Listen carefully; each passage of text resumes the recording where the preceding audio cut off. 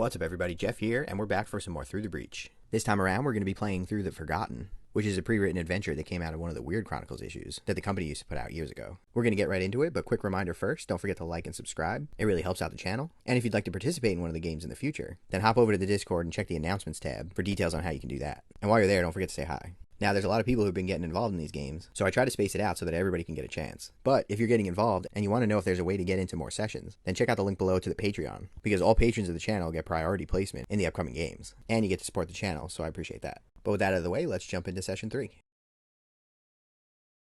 All right, so let's get started. Everybody, let's go around and introduce everybody. Let's start with Merchant. Hi, I'm Merchant, of Giggles, some might know me as. I'm a Malifaux player through the Breach. Today I'll be playing Dexter Drake, Magician Extraordinaire, and I hope that I can help entertain you guys today. I love that his name is Dexter Drake. Sweet. Doug? Hi, I'm Doug Broman of Steam-Powered Scoundrels, the Malifaux podcast. Maybe you've heard of me. We're kind of old at this point. We're old people.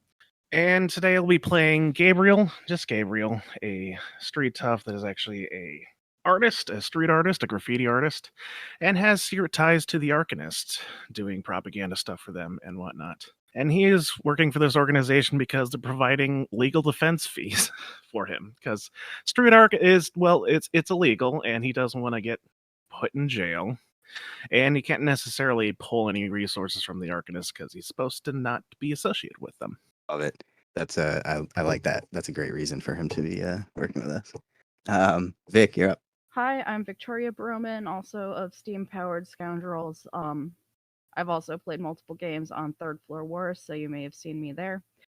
Today I'm going to be playing Charlotte Walker, who is a mageite who focuses on healing, both magically and with regular normal doctor stuff. Sweet. And Naimless? Hi, I'm Naimless pretty much everywhere. I play Malifaux.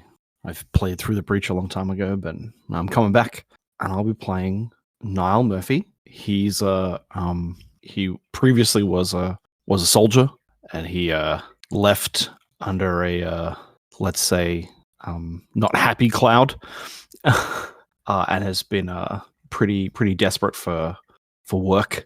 So has picked up some good coin working for the Eclipse Consulting Company. Sweet. So you're all working for Eclipse Consulting, and you have been given an assignment to go and meet with a contact. You were not given much detail at all about what you were going to be doing, but the members of the consulting company have sort of pointed you towards a carriage, and as each of you gets in the carriage, you see the other of the members here, and it promptly starts going down the street. So you find yourself in this carriage with 3 strangers, unless for some reason any of you know each other already. I'll leave that up to you, and that's where we'll start. Did anybody hear how long this ride will be? No, it's just Niall just like leans. He just does that like if you've ever seen people on public transport sleep and they like cross their arms, just like close their eyes, they sort of tuck in really tightly. He just sort of like leans in the carriage, just like, no, I don't much care. Sleep's always good. Carriages usually indicate that some sort of distance is involved. I highly doubt we are paying to ride just a few blocks. Oh, it's quite a shame. I'd rather not be cooped up all day. But that's the job, I suppose. And who are you? I'm Dexter Drake myself. He holds out a white-gloved hand to you, and then with a quick flick of his 2 fingers, a card with his name embossed on it. Am I supposed to take the card or shake your hand? I'm confused. Why not a little bit of both? As he puts the card in your hand and clasps it with the wrong hand over your wrist and shakes it rather eccentrically. And who might you be, my fine fellow? You can call me Gabriel. You might want to check and make sure you don't got anything on that hand. I sometimes leave a little bit of paint residue. Ah, well, the gloves will pick that up. He pulls his hand away, examining the pad and fingers with a bit of a twist of them. Should be fine. Nobody would see it if I don't want them to. Showing you the hand and then turning it away like he's palming something. Gabe's just going to give a slow nod and I'm entirely unsure about if this man is serious or if he's trying to be duped. He'll actually check for his wallet as inconspicuously as possible. Already the distrust. I'll say that he finds his wallet right where it belongs, That's good. at least for now. I'll just quick description of the character. As I said before, I believe I said before he's in his late teens. Not very big or assuming, but he does very obviously attempt to keep his identity secret. Right now, he's just doing the classic D&D rogue thing, where he's just got his hood up and he's just kind of looking away from people for the most part. But just a bit of a suspicious character, but he's not obviously making any sort of moves towards anyone else. As you turn away, Dexter smooths out his pencil-thin mustache and pats around in his suit that he's wearing. A rather fine and slightly flashy thing, and then goes, of course. Reaches in with one hand, and out the other hand, a deck of cards appears. Would you care for a game if this is going to be a long journey? Either of you? Niall cracks an eye at the offer of cards. And he sort of looks and goes, I don't think that anybody would be too upset if we enjoyed ourselves on our trip, don't you think? No, it's a good way to pass time. And how did Charlotte respond to all of this? Mostly just watching people for now. Okay, they're quite unusual, so that makes sense. Is Niall gonna get down on some cards? Yeah. What are you playing? Yeah, he will. Absolutely. What kind of games does Dexter know? I'd imagine he knows a lot of games. He does, Bullet. but he's just pulling. Yeah, Just 6 o'clock in the pulls morning out- on a work day. We're just gonna play some Bullet and Carriage Ride. Just pulls out a gun, 2 bullets. All right, who's Brought got the the hooch? I don't know what that game is, but it sounds like not a game I want to play. It's a gremlin. Well, it's not really a gremlin game, but it's a drinking It's a- / shooting / card game. It's a pretty gremlin game with Russian roulette mixed in there. Nice. I think Dexter would set up his hat on the floorboard, his top hat, and say, "Well, without the table space, I think Old Maid or Go Fish would be a good one." So it's been a pretty smooth ride up till this point, but every once in a while the carriage does kind of bump a little bit and jerk, which is unfortunately keeping Niall from actually getting any sleep. But as you start to lay out the cards, the sun does rise in the distance, and it gives you just enough light inside the carriage to see what you're doing. So, Nice. putting any money on this game or what? We'll keep it friendly for now. Absolutely not.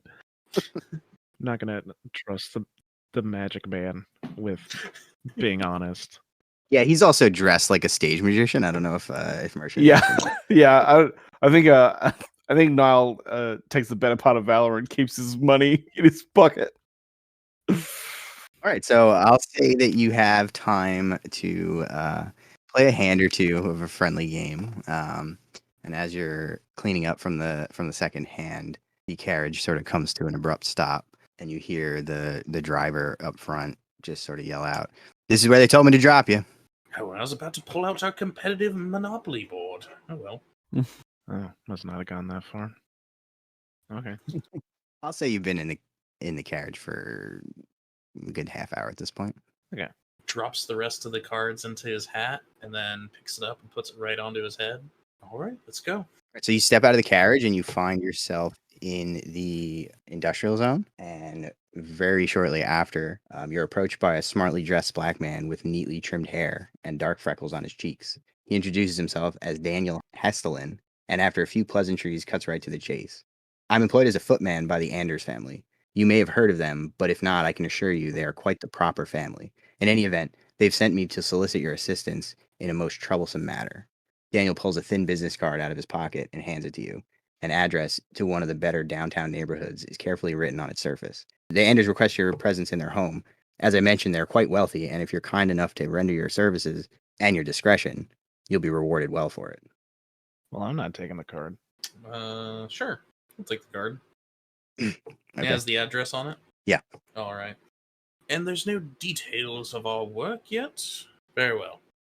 Thank you, my good man. He reaches out to shake his hand as well.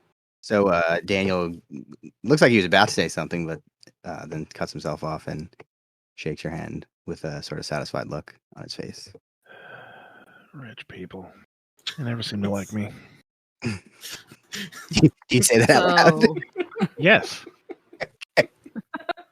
He sort of gives you a confused look, and then but he looks like he's about to say something, but then he does not. so Magic Man here might be fine with not having any details, but what are we doing?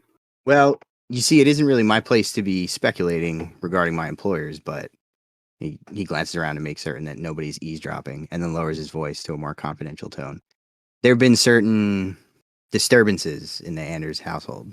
Not domestic disturbances, mind you. Those two are as close as a couple can be, but rather disturbances of a more uncertain nature. There have been sights and sounds and sensations that can't properly be explained. Without intent to alarm, I might go as far as to call them supernatural. Fun. Ghosts. Gotcha. And what kind of reputation does the Anders family have? They're looking for discretion, but what is it that they do, and how do the people look upon them? Like I said, they're quite upstanding citizens. I'd say their reputation is quite good. I've been working for them for quite a while, and never had anything unusual happen until recently. How'd they make their money? They're typical for downtowners, you know, All right. family money, or he kind of just trails off. Definitely not exploiting anyone, and definitely not some sort of ghost seeking vengeance against that. No, sir. Oh my god, Gabriel, you can't just ask people why they're rich. When you say that, he looks at you and his eyes just go wide, and he kind of like shakes his head, surprised and confused. I mean, you can ask people why they're rich. You just usually don't get a straight answer. Look, I just work for them, and as I said, they're nice enough folks. We can't exactly explain what's going on here, but that's why they're looking for your help. Right. I suppose we should be off then. It's not good to be unprompt on the time. Don't worry, Gabriel. I know they don't much like the look of you, as you say, but they'll be busy looking at me. And then, well, you'll have free run of the house to sort out whatever this problem will. Come on, let's go. That's some confidence. I can't tell if he thinks I'm going to steal from them or not, but I'll just keep a mouth shut for now.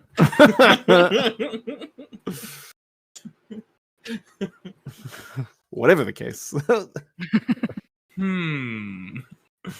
All right, so are you headed back to the carriage? Yeah, Yeah, why I'll- not? Sure. Short run. Yeah, it's not too far from where you. So I'll say that you mention it to the driver, and he agrees to take you the rest of the way. So that will be the end of the prologue. So at this point, everybody can. Well, first of all, make sure your twist decks are shuffled, and then you can draw 3 cards. I'll be playing a manifester for this session. Ooh, yeah. So this is also the point where we would choose our pursuits if you hadn't already. I see. I am. Wait, what's it called? I forgot. I'm a marksman. Yes. Those ghosts, they'll never stand a chance. I'll watch from across the street, though. Yeah. Not just posts up across the street. You're just watching all the windows on the north side, like poltergeist, third window. I'm taking the shot. Hopefully, they're the type of ghosts that are not invulnerable to bullets. No, that's Dexter. He's doing a magic show. No. It's an illusion. We did it. Oh God. There's no ghosts there. Dexter's been doing it all week. Long That'd be con. funny. Yeah. He's setting up his own jobs to get paid. All right, I've gotten you guys these new things called a vacuum. We're going to be sucking up ectoplasms. Been trying to turn this into Luigi's Mansion the whole time. So I'm all about it. I love it. Where's our janitor/engineer? He needs to be inventing us some ghost busting vacuums. I thought you were just going to be like a vacuum salesman. Like you're just trying to sell vacuums to them. The whole time. He's a wizard, but he just keeps trying to sell me this machine that picks up dirt. I don't get it. Yeah. You go in there and just trash their house, and then you're like, "Listen, I have the perfect solution for the low price of Have 50 I got script." Okay. Have I got that product for Okay, you? Okay, but vacuums have already been invented at this time. Oh So, no! Oh. You It's a walk super inside. soulstone powered vacuum. Yeah, You still walk stood inside, bad. You see him Soulstone roll up his vacuum. pant legs, and he just has bags of dirt that he like undoes and starts trailing them through the whole house. Like the Shawshank Redemption, but the other way around. Yeah. Oh man. All right. So after another, 10 minutes or so in the carriage, you arrive at your destination, and when you get Nice. out, you find yourself in downtown Malifaux, which is, if you're not aware, the rich neighborhood. Mm. And you're looking up at a pretty nice looking house in downtown, even by downtown standards. And at the door, you see a couple that look like they're in their late 20s or so, pretty young, certainly for this type of money. And they're standing there, kind of looking up at you guys very anxiously. Good day. I'm Dexter Drake. We're with the detective service that you hired confidentially to solve a problem that you've been having. So the man who's a little bit taller and kind of heavy set rushes forward and grabs your hand very eagerly. Yes, great. I'm so glad that you guys made it. And he looks over at the rest of you with this kind of like eager, frantic energy. Of course. My associates, he gives a general wave of the hand to everyone else. And what is the nature of your problem? The woman will take a step forward. Yes, thank you, sir. My name is Mrs. Anders. Can you, do you guys all want to come in? And she sort of turns and motions towards the house. Of course. Don't think I really have a choice. The choice has been made for you. All right, so she's gonna sort of usher you guys inside, and they bring you into a sitting room that's not far away from the front door. And on there's a couple of couches. They sit down across from you. They offer you all a seat, and on the coffee table there's some tea as well as some sandwiches sitting out. Please help yourselves. Make yourselves comfortable. Oh, thank you. Traveling is tiring work indeed. Hungering too. Yeah, I can imagine. Have you been working for this organization very long? Oh, half a year now, I suppose. Dexter says, taking a teacup and two sandwiches in one hand, just stacked on top of each other. Yeah, they don't seem to mind, and she keeps going. Yeah, I imagine you meet some very interesting people in this line of work. You must have some great stories. Sadly, none that we can talk about. But I could tell quite the tale, I say. Oh, I'm sure most of your clients want you to be discreet. That makes sense. Is anyone else partaking? Please don't talk with your mouth. Yes. Niles never wanted to turn down a free meal, and he sort of eyes how many sandwiches he can take before people start to look at him strangely. like Why don't you give me a target number 8 scrutiny check? Let's see what you think. What is your scrutiny? I don't think it's good. Hang on, I gotta find it. My AV is 2. Okay, so that's a 3. Nice. Need an 8. I needed an Cheat. 8. I needed an 8. No, he will just continue to eat sandwiches until someone tells him to stop. Okay, fair enough. Yeah, so I'll say that not sort of picking up on the cues, you start sort of collecting these sandwiches until there's very few left, and both of the Anders are kind of like looking at you with furrowed brows, but you can tell that they're kind of like trying to not to bring any attention to it, but it's a little awkward. Yeah. As Dexter's sitting down, he does try to hide one of the 2 sandwiches in his left coat pocket. Just sneak that in there for later. Oh yeah, Niall's not sneaky about it. He's just like, He's like finishing a sandwich as he reaches for another sandwich. So as all this is going on, Mr. Andrews is kind of like looking all of you up and down, and then he kind of just like to the whole group. He says, "So do you all have like specific roles, or how does this work when you go out on a job?" Well, why don't you tell us what the problem is that you're having, and we'll devise the best way to sort that problem out. So you sense that both of them get sort of uncomfortable as you ask the question. They both kind of like adjust their where they're sitting and kind of like look at each other with side eyes. Yeah, well, sure. We just kind of wanted to get to know you a little better first, I guess. Through a sandwich, and I was like, "Well, my kind of a direct." He sort of thinks about it for a second. How do I say this in like a family friendly way? Like, I'm sort of a direct solution kind of guy, and he there's a it's at this point that he pats.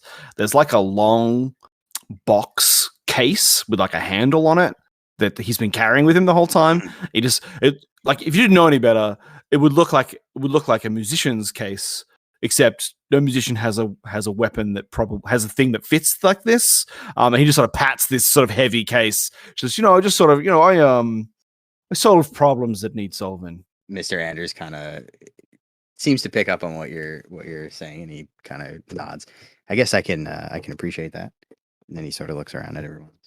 Gabe is just going to wait for everyone to get their stuff first, and then without truly being subtle about it, he's just going to grab like 3 or 4 sandwiches and then shove them into his bag. Okay. And then grab a cup of tea, not really knowing exactly what to do with it, because to him it's probably like insanely delicate, and if he sneezes on it, it's going to shatter. So he's cupping it with 2 hands.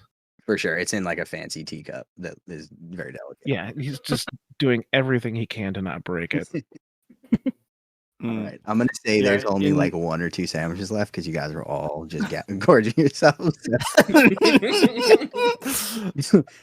Charlotte's just going to take some tea and a singular sandwich like a normal person. Oh, weird. That's so unusual. All right. Why would you do that? I don't get it. Like a human being or something. I don't know. Yeah. In stark contrast. Someone who can pay for her own food. Yeah. Yeah. In stark contrast to how he consumes sandwiches, he's very sensible and particular about how he makes his tea.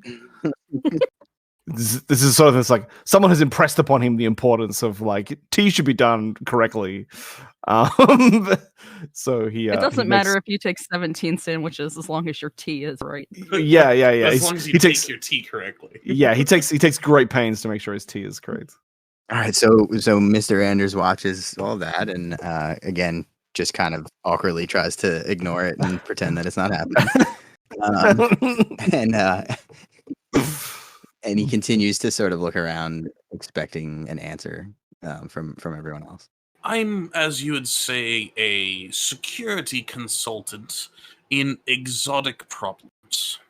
He kind of nods and looks like he's trying to act like he knows what you're talking about, but he clearly doesn't. Yes, okay, yeah. What about you guys? And he turns to Gabriel and Charlotte. Dr. Charlotte Walker, a medical doctor. Ah, a doctor. Oh, wonderful. He kind of lights up a little bit and then looks over at Gabriel. You can just call me Gabriel. I make pretty pictures. Oh, an artist. Ah, very good. Yeah, yes, an artist. That's the word.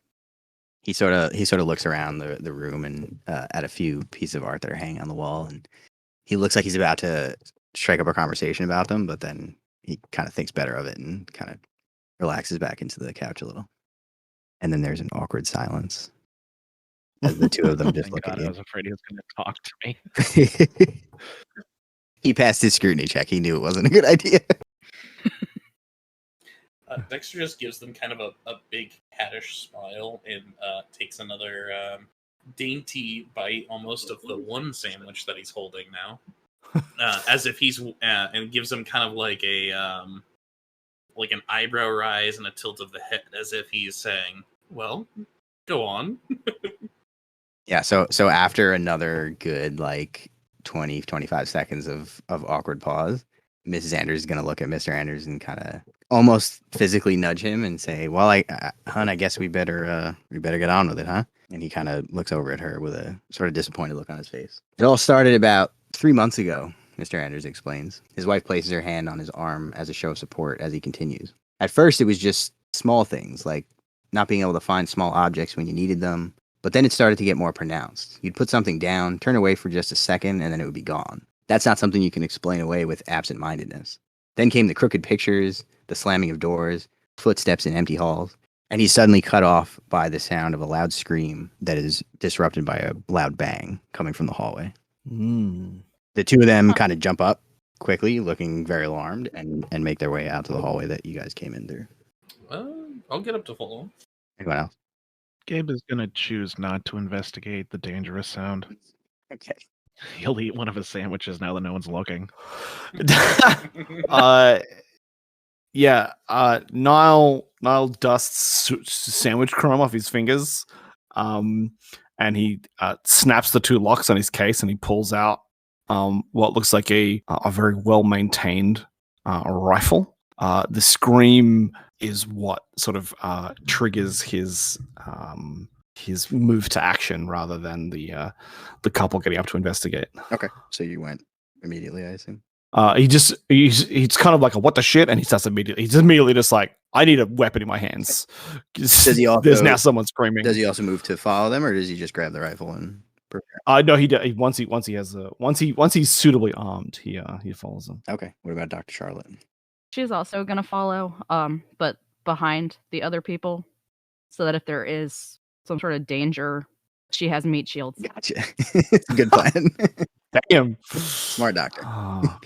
Where's that toughness when I need it? All right, so you guys follow them out into the hallway, and in this hallway there's a staircase that leads up to the second floor, and when you walk out there, you find the two of them standing over the body of a woman who's laying on the floor face up, and Mrs. Anders kind of kneels down immediately, clearly very upset, and starts sort of fussing with the woman laying on the ground. And when you guys walk in, she looks up and says, This is our nanny. What could have happened?" Charlotte's gonna push forward and examine her.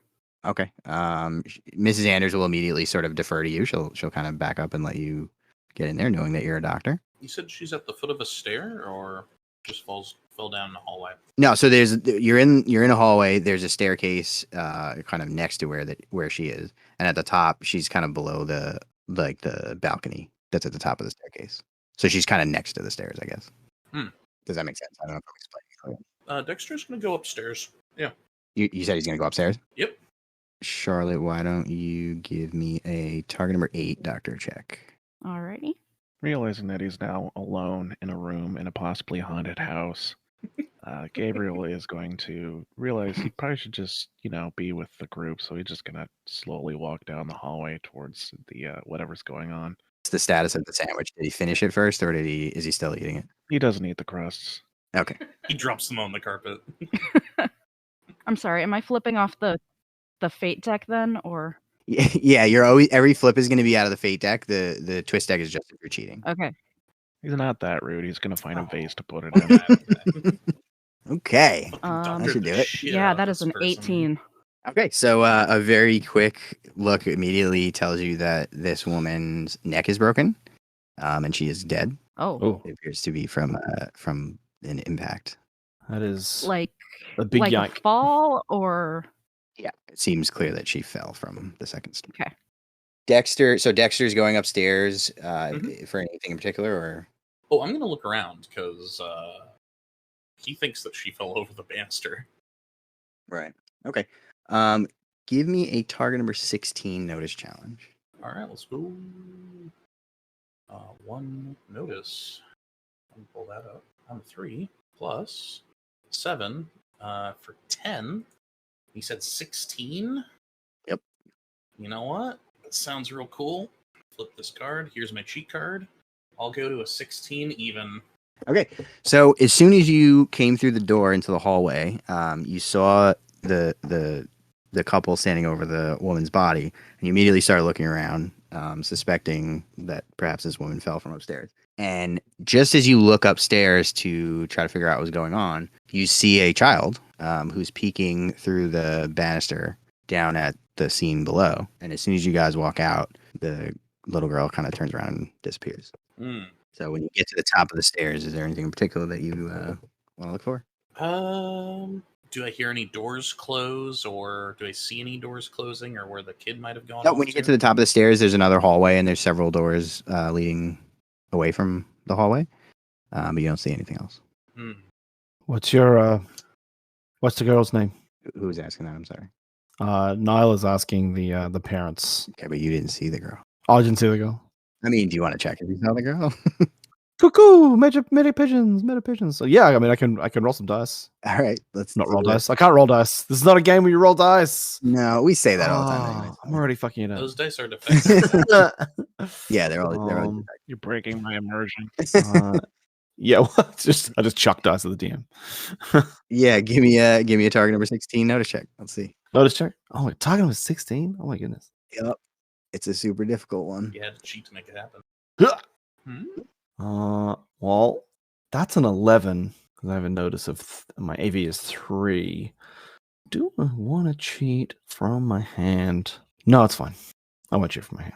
Okay, so as you come out, and you see the doctor sort of push past you when she sees the woman on the floor and bend down. You start looking around trying to get a sense of what's going on.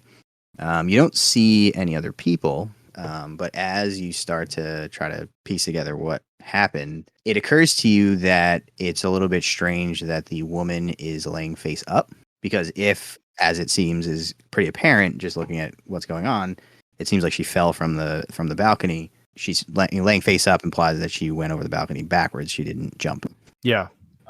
With a slightly firm tone, Dexter Drake is going to turn at the top of the stair, back to the wall. Mr. and Mrs. Anders, who else is in this house with you? Mrs. Anders looks up. Just our daughter Eliza. Why? And as she says that, she's gonna sort of have like an alarmed look on her face, and she's gonna start walking up the stairs as well. Please, I think I saw a girl run off somewhere. Would you show me to her? She may have seen what just happened. Yeah, I'm gonna go get her now. She must be terrified. She looks a little bit kind of rattled, realizing that what's happened and that her daughter's alone upstairs. Mm-hmm. She's gonna head into one of the rooms, and she's gonna come out with a young girl who looks a little sullen. Is it the same one that I saw? It appears to be, yes. Oh, okay, cool. They're gonna head back downstairs, and while that's going on, Mr. Anders is gonna head into the other room, and he comes back with what looks like a tablecloth or some other large sheet, and he's gonna cover the body before they get back downstairs. Before they go down, I'm gonna ask, young lady, what is your name? I'm Eliza. Eliza, were you in your room this whole time? She's gonna sort of like look down at her feet. Yes. I heard a bang. Please now, it's very important. What did you see on the balcony, before or after the scream? I'm here to make sure any of the bad things aren't happening any longer in this house. So it'd behoove you to be quite honest with me. So as you're saying that, Mrs. Anders is gonna kind of cut in. I don't know why you'd be questioning her. She obviously has nothing to do with this, and she tries to kind of push past you to go back downstairs. Just grabbing her by the elbow to halt her for a moment. Ma'am, you've called us here to help you with disturbances that are happening. It is not far for us to believe that they're happening not only to you, but either around your daughter as well. And we want to make sure that our clients are all protected, and to do so, we'll need to know what's going on in this house. She looks at you and kind of listens as you're saying that, and kind of nods a little bit, and then looks down at her daughter and says, well, if she says she was in her bedroom, then she was in her bedroom. Right, Eliza? Yeah. And the little girl kind of looks up at her mom and nods quickly. Would I be able to make a scrutiny check? I feel like there's something fishy going on. Against which? These two. Against who? Man, both of them seem kind of off right now. The mother sounds like she's protecting the daughter from something. The daughter's obviously seen something but isn't saying. We'll do the mother. Okay. Yeah. Target number 7. Whoop. That over. Bam. Big number. Let's see here with my scrutiny of 2. 14. That'd be a margin of success. That would.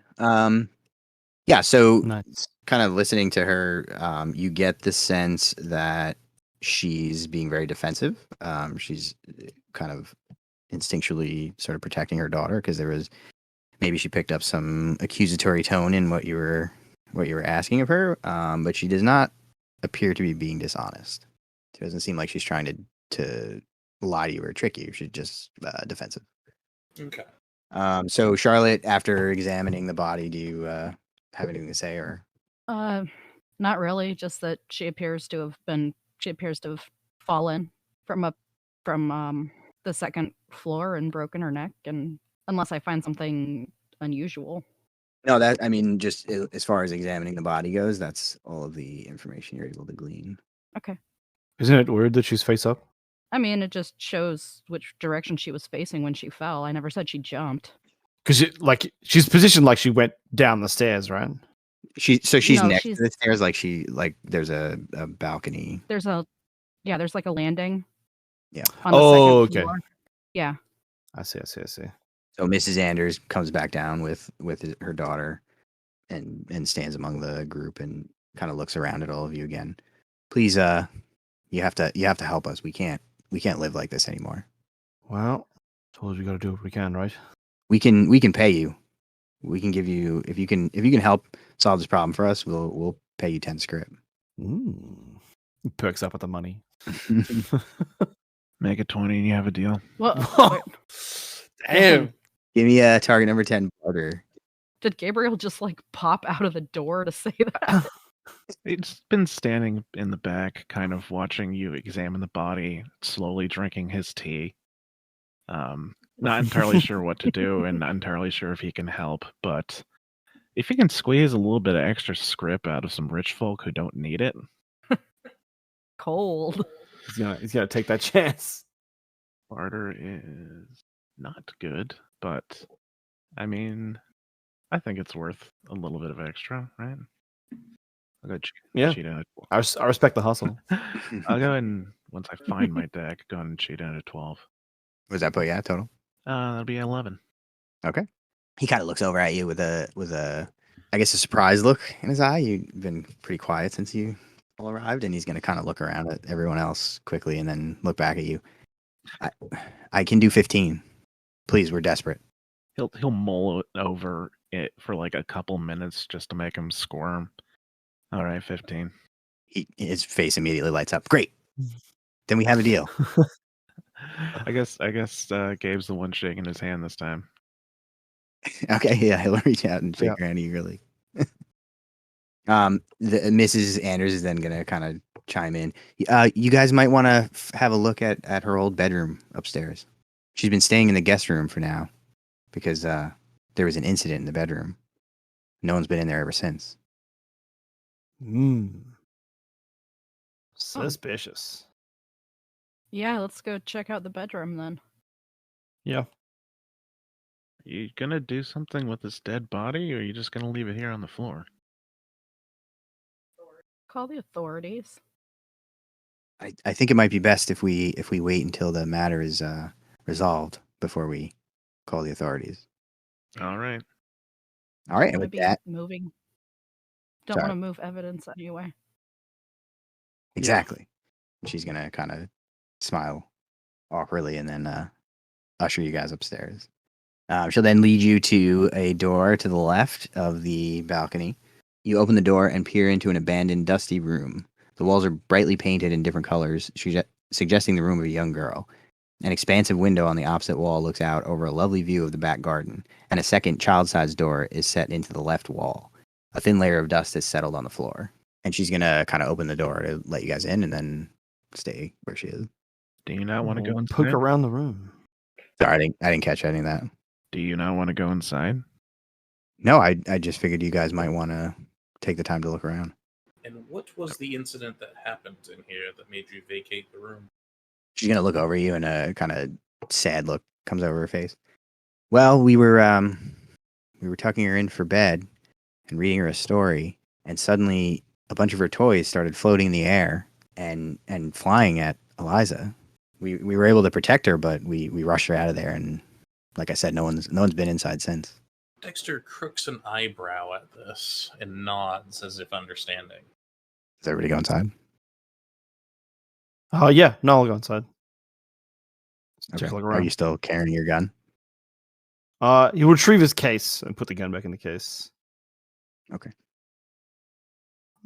So when you go inside, you find like I said, it's looks like a little girl's room. There's kind of toys and books neatly organized in shelves around the room, and there's a bunch of stuffed animals sitting out on chairs surrounding the bed. And otherwise, it's kind of a little bit dusty because no one's been in here for quite a while. Mm-hmm.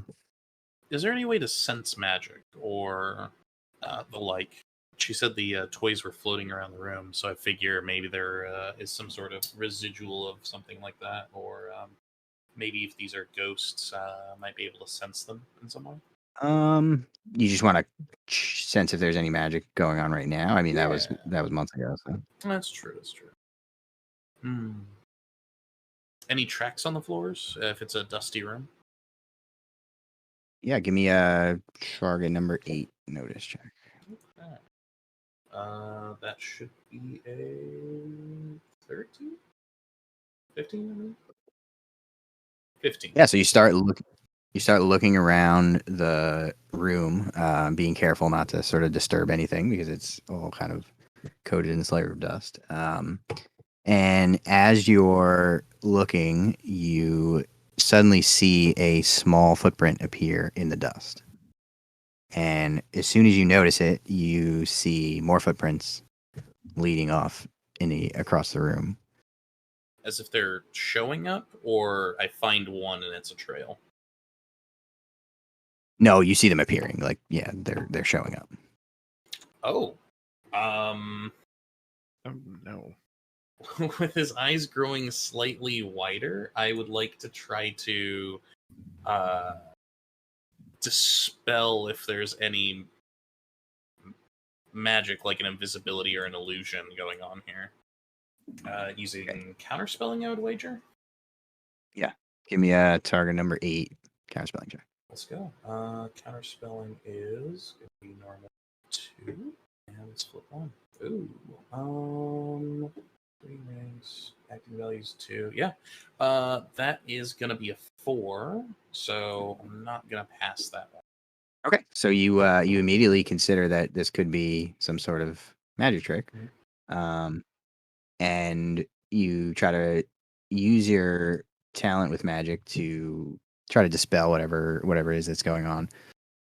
But the footprints start sort of accelerating across the room, and before you have a chance to really focus, they head directly towards the small door and disappear.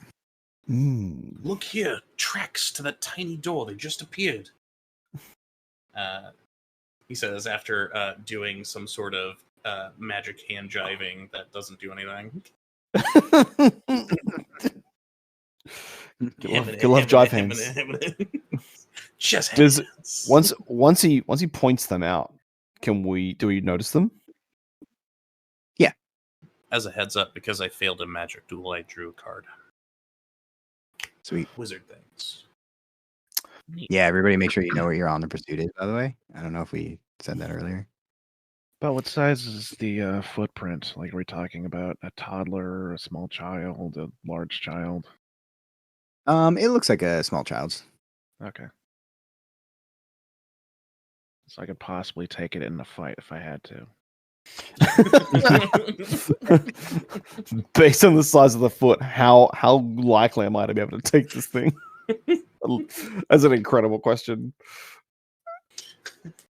Like I Let's everybody take a centering check to see if you're intimidated by this child's foot. I'm a street tough. I do a lot of graffiti and deal with people. Can I beat up this child? Look, he doesn't know a whole lot about ghosts and what you can do to combat them, but at least as far as size goes, if he can outweigh it, that's at least one advantage in his corner, okay? Yeah, no, it's great. Or No, it more makes like makes paste sense. Yeah, I'm on board. Listen, Dexter will get beat up with that child. I'll go open that little door. Nobody else moves Okay, so you for walk it. up. He goes over and just grabs the tiny handle and swings it open. All right, so you go to open the door, and it is locked. And as you do so, Mrs. Anders, who's still kind of in the doorway, looks over and says, "Oh, that's the door to the playroom. It used to be a nursery, but we converted it into a playroom once Eliza got older. But no one's been there either." Hmm. Do you have a key to this door? Yeah, I think so. Do you need to go inside? Yes. Hang on. And she kind of scurries away. And she comes back maybe 45 seconds later with a single metal key in her hand. And she hands it to you. All right, so unlock that door and open it. All right, so you put it in the lock, turn it, and it opens the door. It's a small door. It's the size of a kid, so you have to kind of bend down to get through it. But Height it one leads doors, to am a I new- right? Yeah, exactly. Right. No one's playing a gremlin. A gremlin's been through here. Ah, yes, gremlins. Yeah, so you kind of make your way through, and you find yourself in another room about the same size, and this one is just more toys. It's got several shelves with different things scattered around, and more stuffed animals sitting on chairs. Nice. Nice. Must be Definitely so not difficult to creepy. have so many rooms you can just abandon and never use again.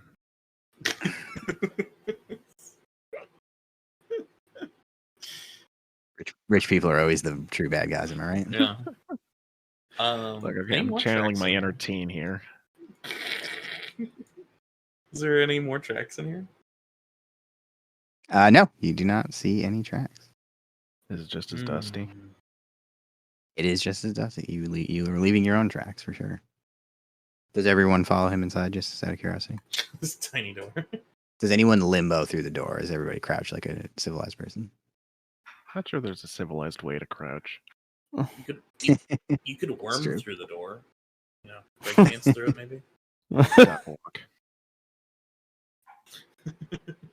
Crab walk. Crab walk through the door. Just as like a point of flavor, Gabe's not entirely sure what he can do to be useful, so he's gonna take out a drawing pad and start sketching the rooms. Okay, cool. Dig it. I dig it. Focusing on anything in particular, or just kind of getting the whole picture? Just trying to get what everything was, where everything was situated. Okay. Just in case that they can represent later, because he doesn't have a camera, so next best thing is just recording how it was before we disturbed it. Gotcha. Okay. Is everyone else just kind of looking around, or anything in particular?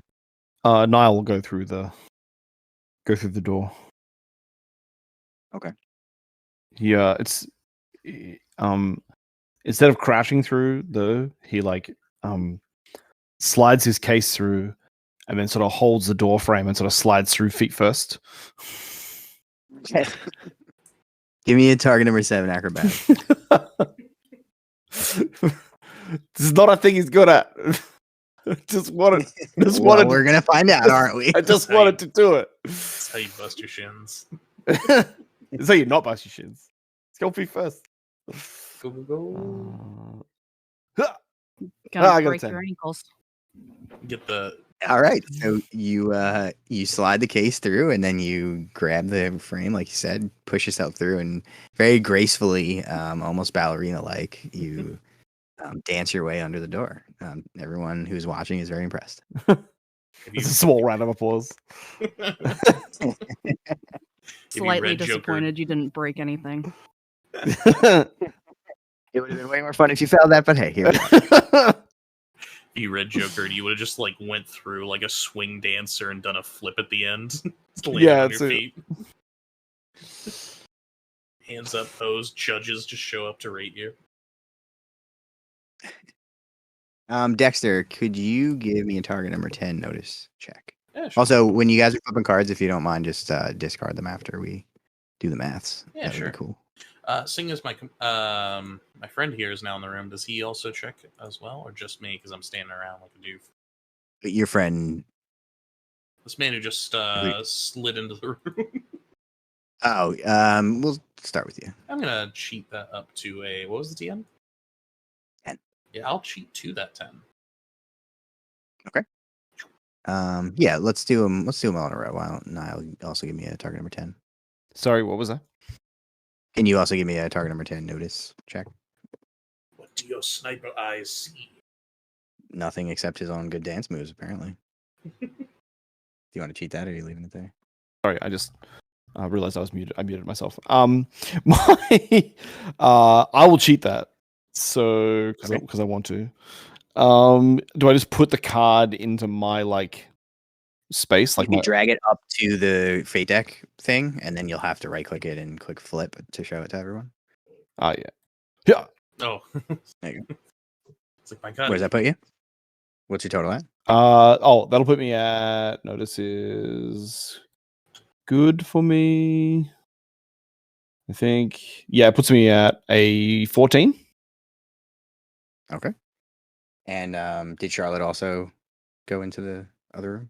Sure. Might as well. All right, so Just give me a in- target number 10 notice check. Did you also do fancy dance moves on your way in, or did you just walk in like a regular person? I just walked in like a regular person. I was hoping someone would fall, but oh well. You got to flip the card because we can't see that. Sorry, I'm also trying to find my stuff on my sheet. Okay, here we go. Oh, gotcha. Oof.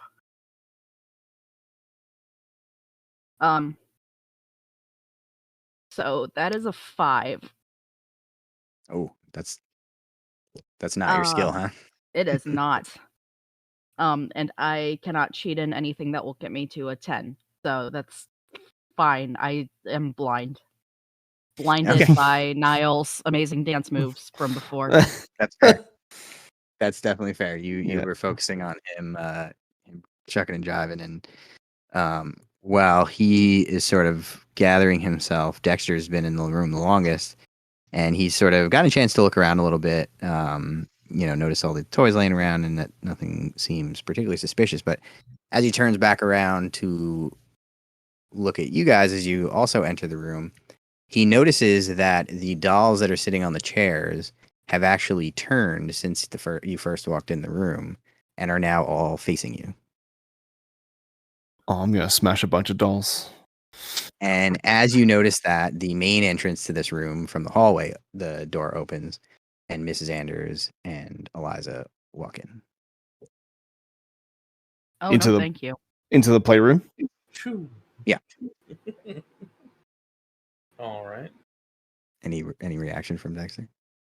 He lets out a sigh of relief when it's the wife and daughter that come in, rather than anything more spoopy than noticing the dolls are looking at him. But he's trying his best to be stoic about the dolls, thinking that if he gives them a reaction, it's just going to get worse. Fair enough. Mrs. Anders will kind of look at you. Is there anything? Have you guys seen anything unusual? It does seem that things are moving about of their own accord. Doing a head nod towards the toys in the room. She looks at you kind of confused, and as you say that, Eliza walks up between you guys and looks up at you. Hey, mister, that guy over there, I don't think he likes you very much. And she kind of motions towards Gabriel, who's drawing in the corner. Why would you say that, dear? Have you guys been working together for very long? Because I don't think he likes you. No. Today's the first time we've met. You're cool. Well, that lady also told me that she doesn't like working with any of you guys. Ah. You seem quite astute. Kids are clairvoyant. Yeah, I was gonna say. Have either of you spoken to this child? No. Hey guys, you want to see a trick that I learned? Turns show to us a trick. everyone, turns back. Okay. She sort of starts like half walking, half dancing to like the far side of the room, but looking over at you guys the whole time. and like waving her hands in the air. Do you want to see it? Do you want to see? Go on. Absolutely not. Show us Is the trick. everyone looking at her? Yes. Is Niall looking at her? I want to say no. Is Niall looking at her? No. Niall's gonna look. He's keeping his eye on the dolls. Okay, so she kind of like jumps up and down once or twice, and then she looks directly at Niall. Hey, Mister, do you want to see a trick? You know what? You show my friends. They'll tell me if it's good. She kind of gets this like disappointed look on her face and kind of shrug, like her shoulders drop for a second, and then she looks over at Charlotte. Do you want to see? Just watch the child, you monster. No thanks, dear. I'm a little busy. You guys are no fun. Oh. I'll watch you. I'll Not watch here No to you. wonder have why fun. no wonder why no one likes any of you. She kind of walks over to one of the dolls on the chair and goes like she's gonna pick it up, but she just kind of adjusts it and then turns back to the group and says, "Well, I'm gonna do my trick anyway, and you should all watch." Thumbs up. All right. So she's gonna wait in hopes that all of you will look, but whether you do or not, she's then going to take 2 quick steps and then do a cartwheel across the room. And when she lands it, she's gonna kind of jump up in the air and put her hands up with a big smile on her face, waiting for some sort of reaction. Polite clap. Yeah, Dexter claps enthusiastically, as he would in theater. She's gonna do like a very exaggerated bow, and then she's gonna run over to Niall. Hey, did you see that? Did you see it? Did you see what I did? Sorry, your cartwheel. Why weren't you watching? You did a cartwheel. That's pretty. So you did watch. I mean, I gotta watch a lot of things, so you know. Do you want to see me do it again? Do you know what? Do you think you could do 2? 2 cartwheels? I think she kind of like looks up in the air like she's calculating very hard calculus or something. The physics. Yeah, I think so. Yeah, I could do 2. All right. Let's see you do. Let's see. So she walks all the way to the far side of the room and puts her back up against the wall like she's getting ready to do some sort of extremely impressive stunt. Yeah. And as that happens, you hear a little popping sound, and you notice that a red ball that was sitting on a shelf has fallen down off the shelf and is bouncing towards the door. Hmm. And as Eliza sees this, she starts sort of slowly walking towards it, and you see the ball bounce a few times till it's out the door. And when it gets to out in the hallway on the balcony, it suddenly makes a sharp right-hand turn to bounce down the stairs. Hmm. And as you see this happening, Eliza immediately bolts and runs Nope. after the ball. Nope. Grabbing the child. Grabbing the child, okay. I'm like, you're supposed to show me a trick. Start shaking the kid. Where's the cartwheel? Where is it? just Batman style. Just where's the cartwheel? All right. I need to. Gabriel, give me a target number 10 grappling check. Oh, See gee. if you grab the child. Damn, Okay. This kid's wily. Slipper kids. You ran fast. I mean, have you ever tried to grab a toddler? Yeah. No. Yeah. Okay. 10, you said? 10, yep. It's a 12. Nice. Okay. All right. Yeah. So she goes to run after this ball, and she doesn't make it quite to the door before Gabriel grabs her. Her mother immediately looks at you with like a look of horror on her face. What are you doing? Unhand my daughter. Mm.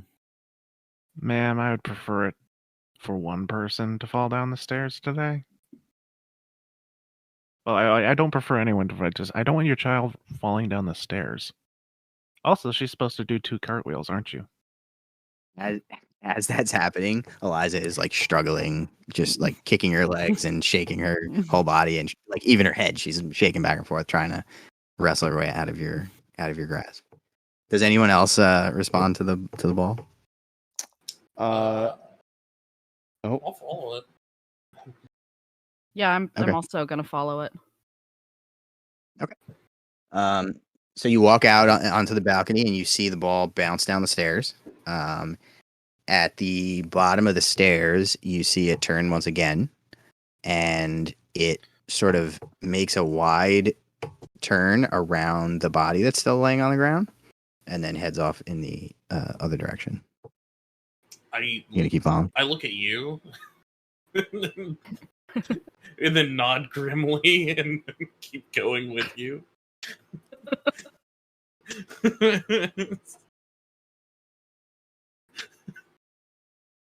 Let's keep following this ball, I guess. Keep following this ball. follow the bouncing ball. Follow the ball.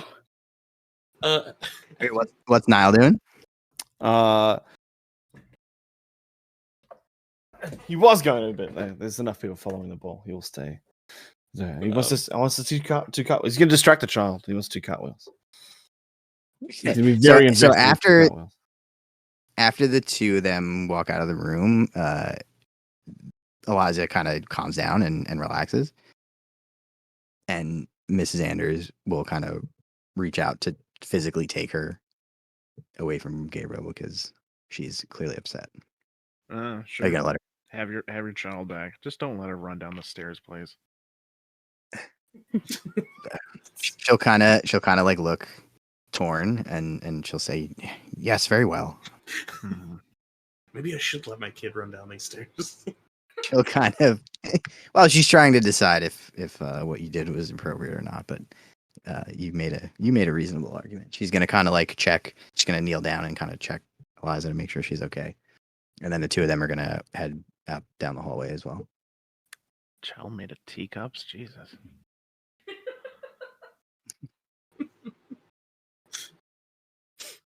So judgy. Yeah. So Gabe's gonna Go ahead. sort of shadow the mother and daughter. He's now worried the child is going to hurt herself in some way. So found something to do besides draw. Okay. All right. So as Dexter and Charlotte continue following the ball, they followed into the dining room, and from the kitchen beyond, you can hear a great din being raised, as if anything not tacked down is being shaken. Cutlery, crockery, and cooking utensils rattle in one great storm of noise. And you see Mr. Anders also standing there, kind of looking apprehensive as he's also noticed this cacophony. Dexter's gonna reach into his coat right under his armpit and pull out a cut down and concealed shotgun that he's been hiding this whole time. Because Dexter is also a gangster. I'm He disappointed deals it's with not a exotic Gatling gun. problems. How dare you? How would he? That's in He his just has a Gatling gun in his back pocket. Madame, that's in his top hat, and he left that in the carriage. I love it. How dare you suggest? How dare you suggest? He brings that into a house. War crimes are on Tuesdays. Not a guild job. Anyways, with one hand on his newly appropriated shotgun, he's going to open the door, pulling it. If it opens in, pulling it out and stepping back to look in. Otherwise, throwing it open and bracing himself with the gun half raised to see what nonsense lay beyond the hearth. Nice. All right, so I'm going to say it opens towards you. So you open it and kind of take a step back and look. And you can't, from here, nothing looks unusual. Just look like a kitchen. Is the noise persisting? It stops as you open the door.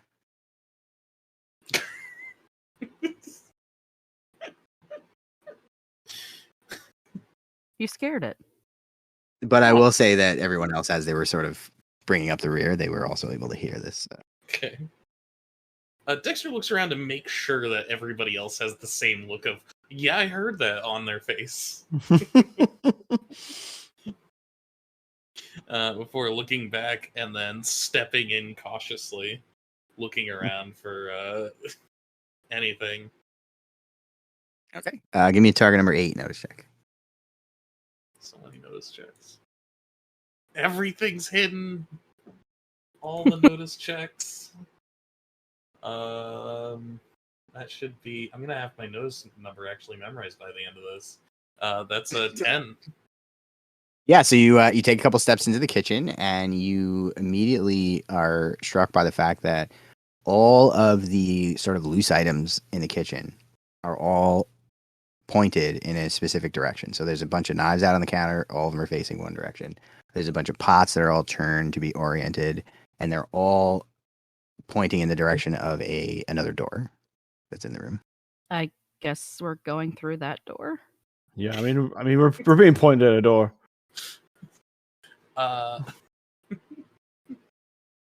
If we're going through that door, would someone hold a chair or a pen lid in case the knives go for the door?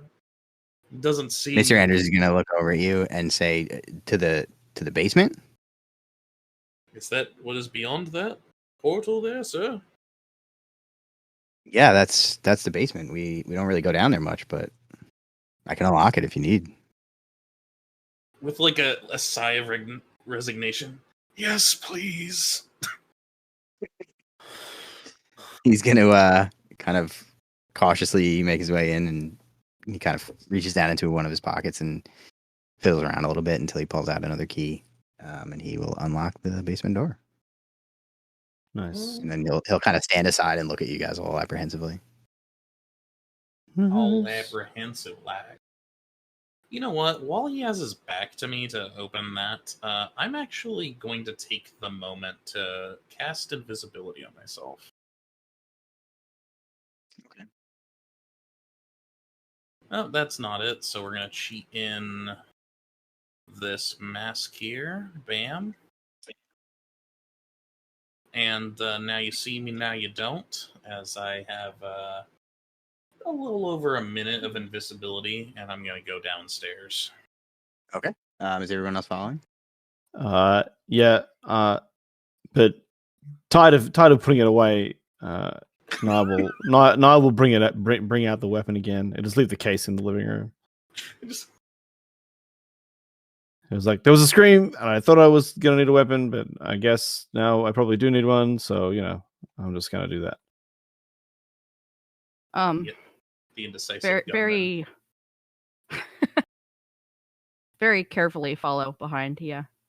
Yeah. So just in case this wasn't clear, the Mrs. Anders and the daughter also kind of made their way in this direction as Niles and Gabriel followed behind them. So you guys are all in the same place at this point. Mm-hmm.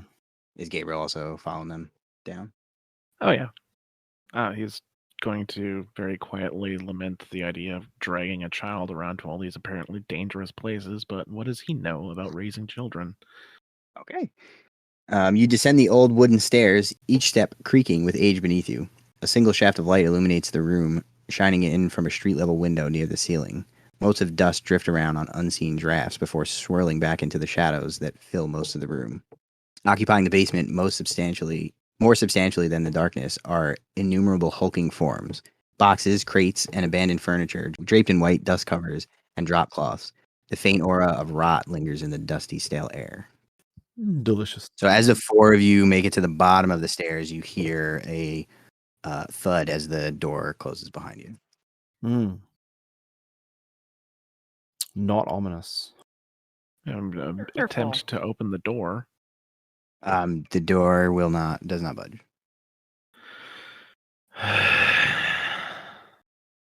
We're doomed. Yay, the murder basement. Is the door locked or just sealed? Do you want to try to pick Yeah, the lock? this invisible man will try to pick a lock. Okay.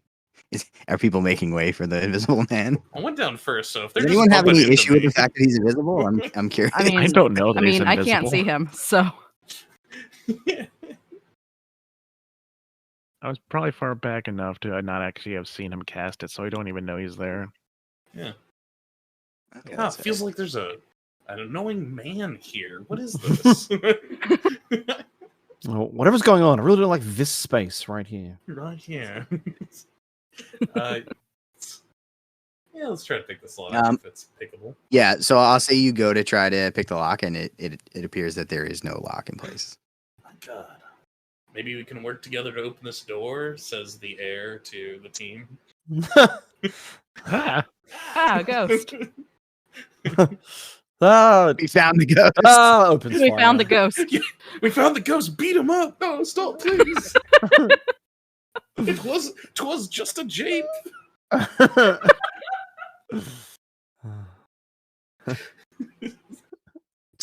just gets shot in the face. Everybody's continually shoulder checking me by accident, just knocking me about. I'm just gonna kick you once. Whoops. No, not even whoops. Like, tell me when you're going to do that. That's funny. All right, so anybody who's at the bottom of the stairs or is looking in that direction will suddenly notice that a bunch of small objects in the room have started levitating in the air, and they are now spinning around the room. Hmm. Hmm. Hmm. Don't like this. So fine. As you wait, more and more objects begin joining this little tempest, and it starts spinning faster. I'm gonna find something to throw at the Tempest. I think Dexter's gonna lay down to be outside of the projectile range. He's like, no, these are gonna start hitting my friends. I'm gonna lay down out of the way.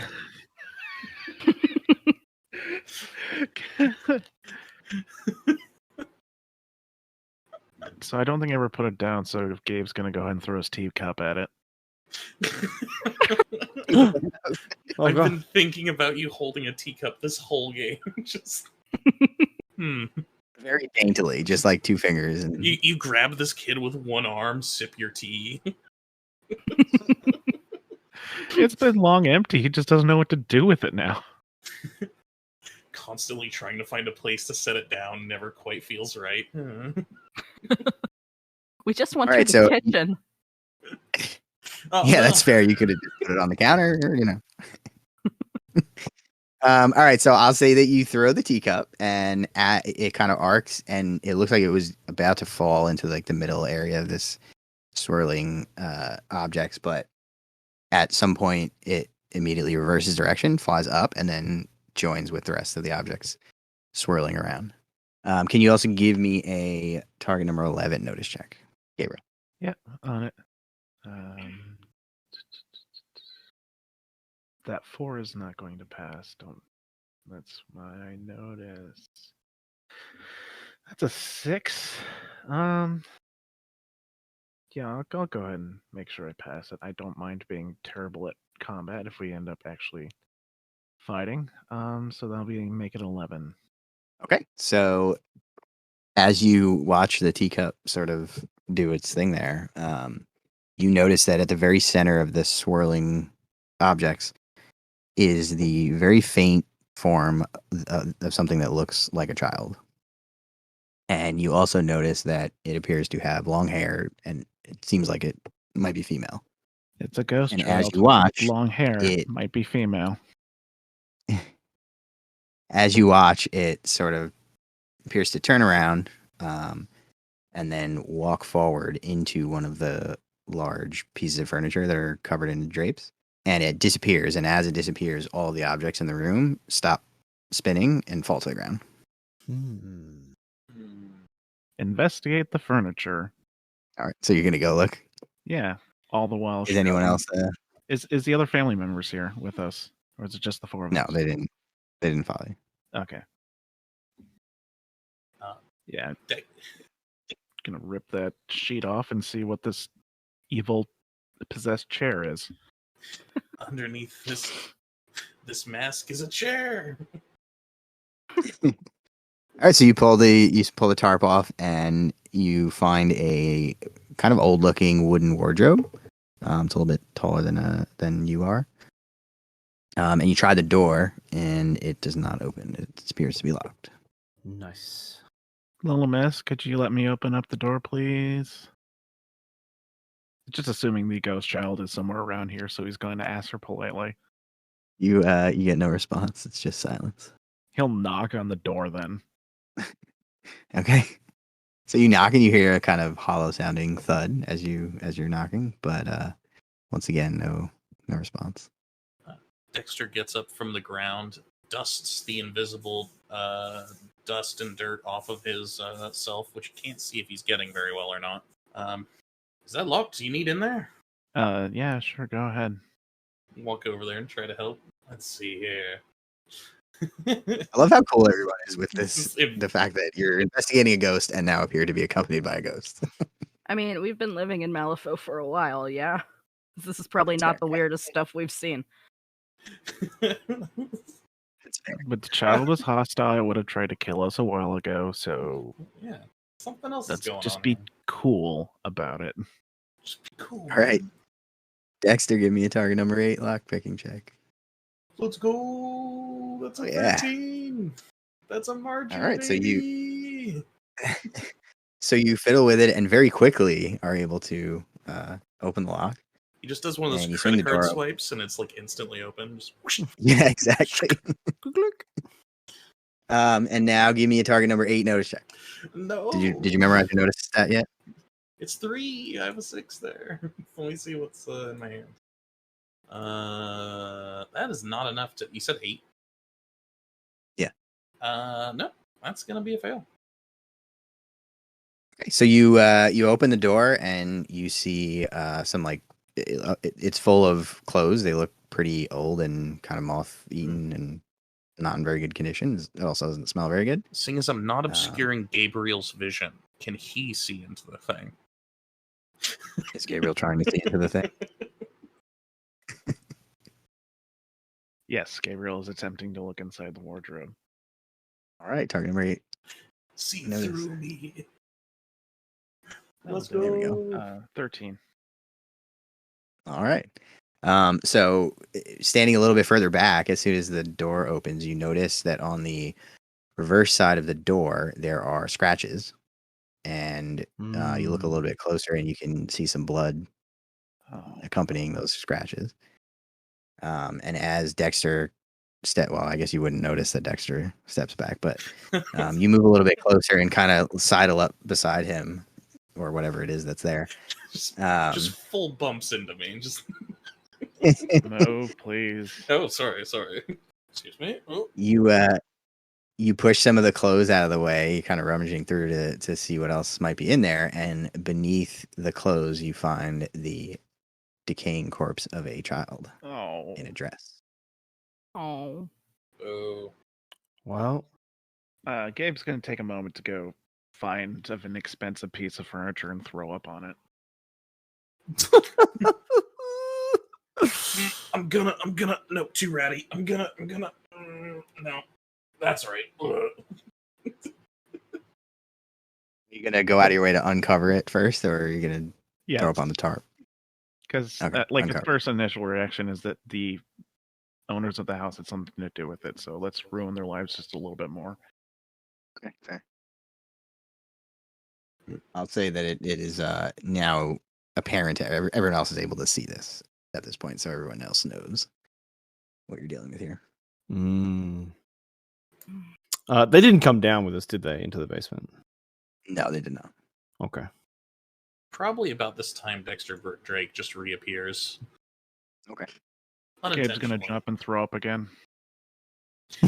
Ghost! So as you're all standing there looking at this body, you hear a creak as the door to upstairs opens. There are sheets around, right? Yeah. I'm gonna wrap the child corpse up in a sheet and we're gonna take it upstairs. Hmm. Okay. I'll say that you are able to do that without much trouble. And as you come walking up the stairs, you see Mr. and Mrs. Anders looking down at you. What is that? What do you have there? How long have you been in this house? A little over a year. What did you find? When we moved in, we actually had the guild. We found some strange things in the basement, but we had the guild check it out, and they said everything was fine. You can always trust the government. Their own job. Trustworthy do they seem?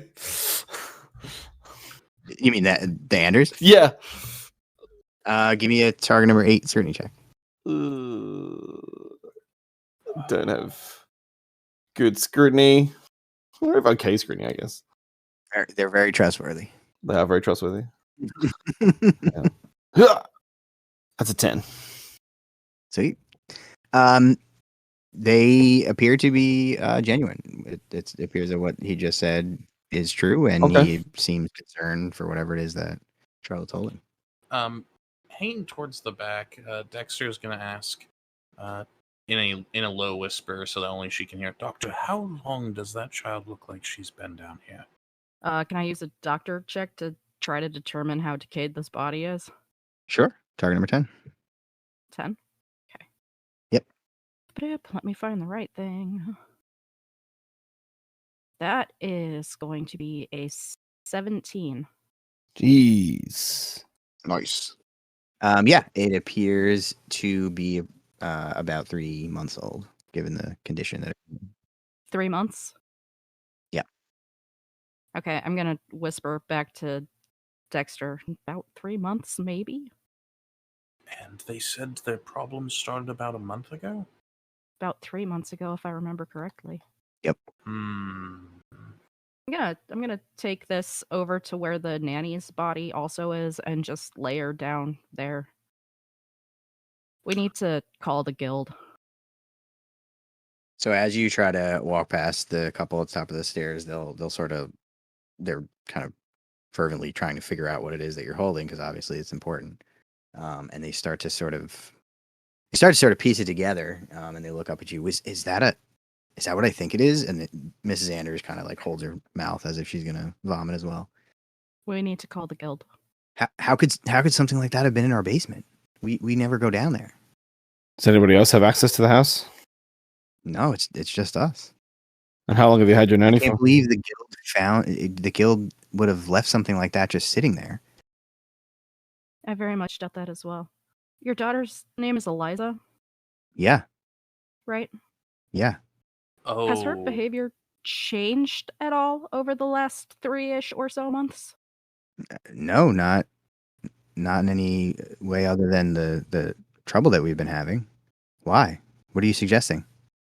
And as she asks that question, you suddenly hear a loud shriek, and there is a gust of wind that appears that seems like it's coming from the basement. It blows up and past all of you, and then it comes back down the same way and goes down into the basement.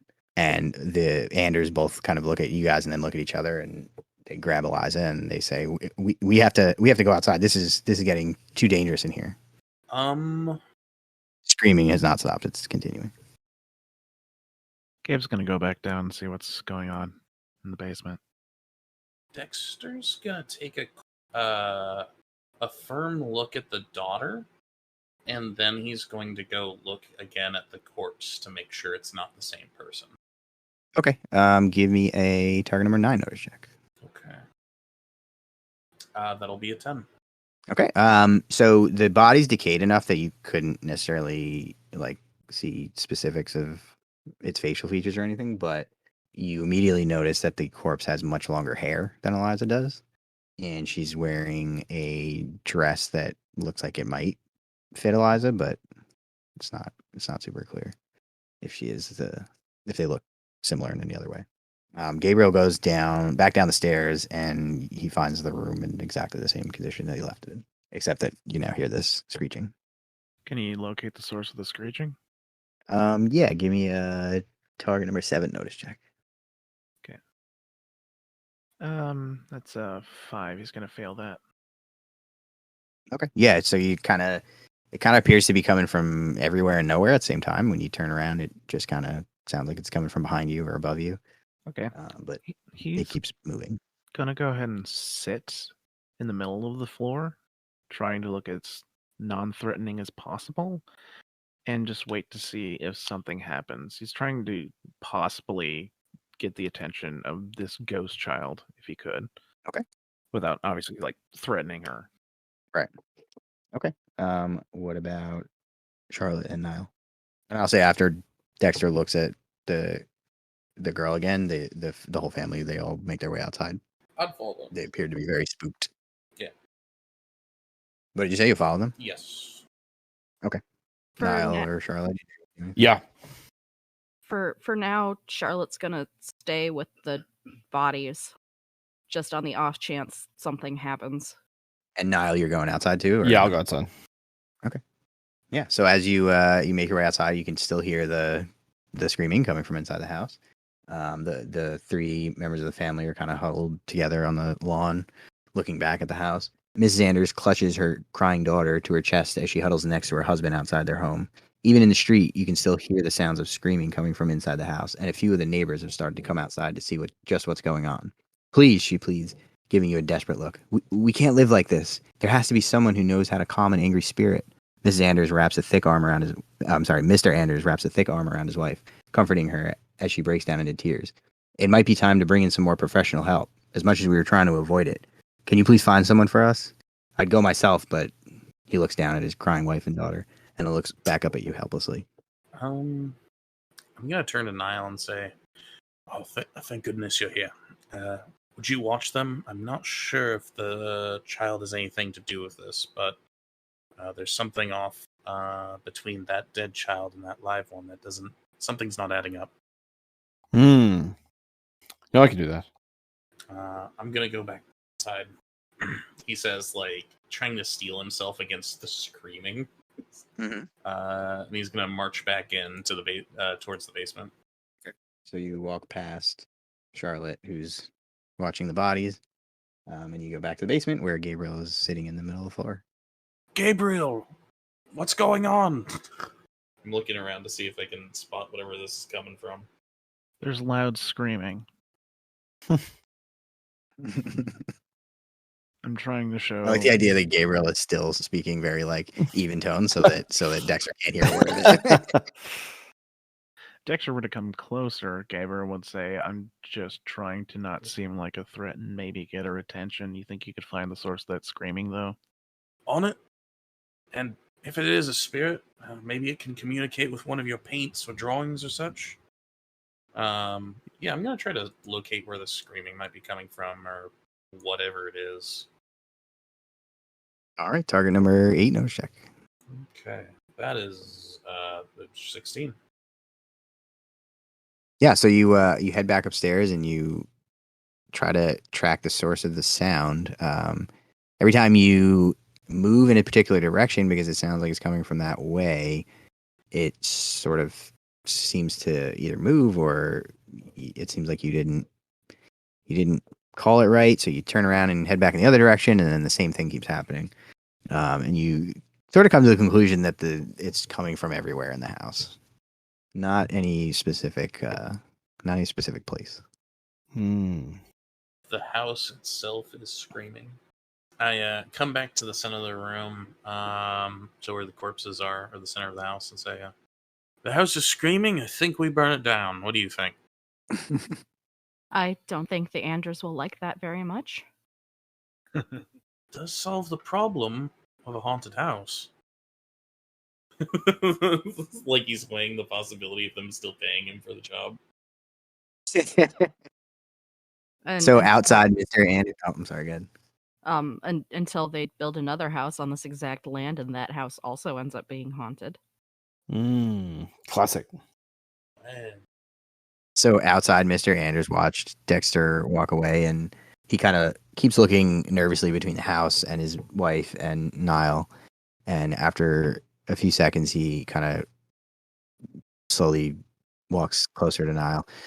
We're not that far from the Guild Enclave. Maybe you guys can just head over there and see if there's an exorcist available. Like I said, I'd go myself, but I don't want to leave them here.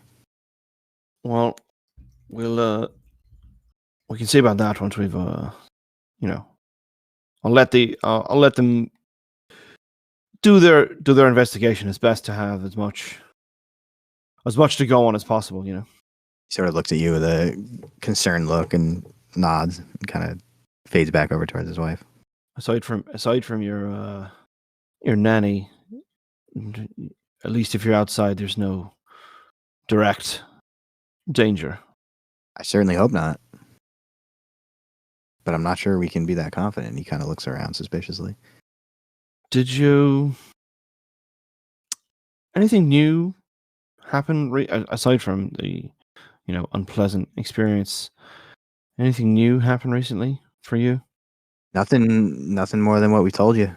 Lots of strange things have happened, but it seems like we're being haunted by that, whoever it was that you guys found in the basement. That's why I think we need that exorcist to come take care of it. Does anyone else have access to the house? No, we spend most of our time here. It's the three of us. And the nanny. And the nanny, but she's always working while we're home. Mm-hmm. She doesn't have access to the house when we're not here. Same for Daniel. Who's Daniel? The gentleman who you met earlier. Oh, right there, the black head body man. Yeah. Is she a live-in nanny or no? No, she comes and goes. But again, only when we're here. Right. Was she recommended to you by someone, anybody? We had a few friends who had used her services in the past. We vetted her thoroughly, and we spoke to the authorities and made sure that she was the right kind of person that we want in our house. Mm-hmm. We trusted our daughter with her, of course. So yeah. Niall doesn't know who to not trust. Do you want to see if you can decide if he's misleading you in some way, or?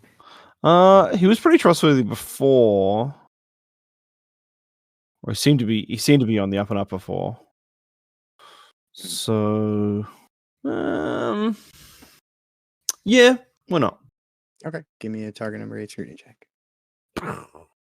Well, that's pretty good. That'll be a 13. Okay, yeah, you again kind of get the sense that he's being as forthcoming as possible, and he doesn't appear to be trying to mislead you in any way. Okay. He at least believes what he's telling you. Okay, cool. Interesting. Well, I'm afraid the problem seems to be getting worse the longer that we wait. Are your friends doing something? Do they think they know how to handle the situation, or do we need to get professional help? I think that they're usually these kinds of things are, there's a source, or there's a, something keeps the spirit tethered to the place, and if the body's a good, example of that. Did Charlotte brought the body out of the house, right? No, it's No, I believe you still put it in there. Yeah. It's Okay. Still inside the house. Okay.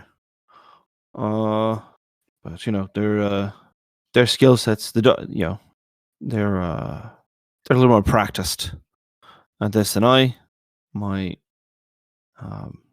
have a good eye, but my skill set leans more towards the corporeal, you would say. Yeah, of course. That's why it seems like the exorcist might be able to help us here. Well, I certainly don't know anything about ghosts. Well, that'll be but it seems clear that that's what's going on. That'll likely be the next step. The how the other's doing with the. He turns back, and the wife is still kind of. She's not full on crying at this point, but she's still clearly very upset, and she's still hugging Eliza. Mm-hmm. What's everybody in the house doing? Screaming hasn't really changed, has it? Nope. Pretty consistent. Nope. And there's nothing happening up in this hall? Nope. Just more screaming.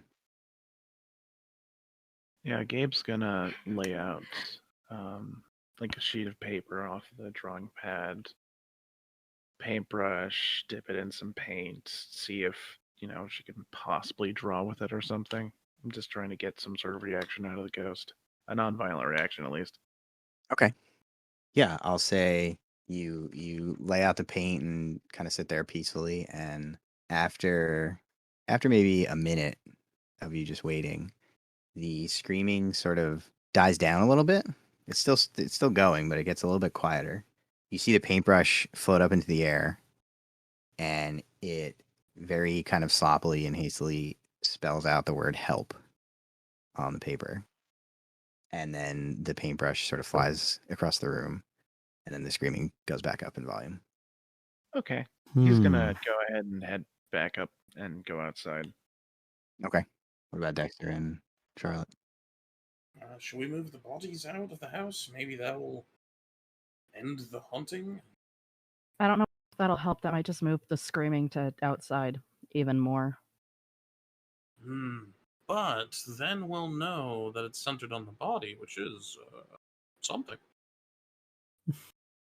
Maybe burying it is the answer?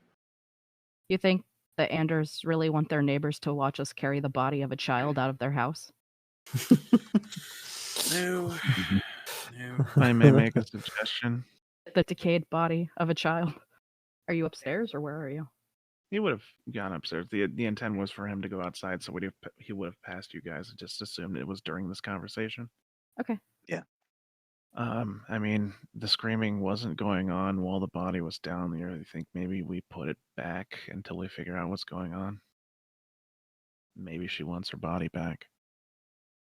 We could certainly attempt that. All right. Okay. So, are you going to put it back in the wardrobe or just bring it down to the basement? No, just bring it down to the basement. Okay. You bring the body back downstairs, and as you put it down on the ground, the screaming intensifies a bit. Well, I tried. Okay, well, not there. Back where it was? So, sort of fighting through the pain at this point because it's so loud. You pick up the body and put it back in the wardrobe, but there's no change. It stays intensified. Okay, that was not what it wanted. What she wanted. I'm just gonna lean over this body. What do you want? Love it. Time to scream at a corpse. You don't seem crazy or anything. No, that's just normal, everyday stuff. That's what doctors do. Yeah. What do you want? screams at the be a terrible coroner. How did you die? Slaps the body. Meanwhile, cuts away to McMorning in the morgue doing that. Oh, it was me. That's right. Yeah, you don't get any response from the body. You just keep hearing the screaming. She had very good lungs. Clearly. When you're a ghost, you don't need to breathe. That's fair. You just scream forever. What's in this room other than the wardrobe and the random detritus that's flown about and dropped on the floor? There's a bunch more kind of large objects, but they're all covered in these tarps. Let's get nosy. What's under the rest of these tarps? Yeah, I'm with that. Let's pull off these tarps, see what's going on in here. All right, so you start pulling tarps off, and it kicks up a lot of dust. But underneath you find a hope chest, you find a grandfather clock, you find an old, a big like comfy chair, and a couple other just kind of random pieces of furniture. Is the chest locked? It's not. Let's rifle through some stuff. What's in it? What's in the box? What's in the box? So you open it, and you find that it is actually empty. Okay. Put the kid in the box? Then we can take it outside? We're not putting the kid in a box. Well, that's what burying him is going to be like. He has a point. He's not wrong. It's a special box when you get buried in it. Any box is a coffin if you're dead enough. Oh my god. So this clearly house is it does coffin. the entire house. Clearly she doesn't want to talk to us. There are people who talk to ghosts, right? Like that's their whole job. I mean, I guess. I don't know how you get paid to talk to ghosts, but, well, maybe this is how. That's actually what Gabe was intending on doing. Sorry. Oh, that's fine. You're welcome. I'm just saying, like, he's slowly going outside, so with the intent of finding someone who talks to ghosts. Oh, okay. Did he tell that to anybody?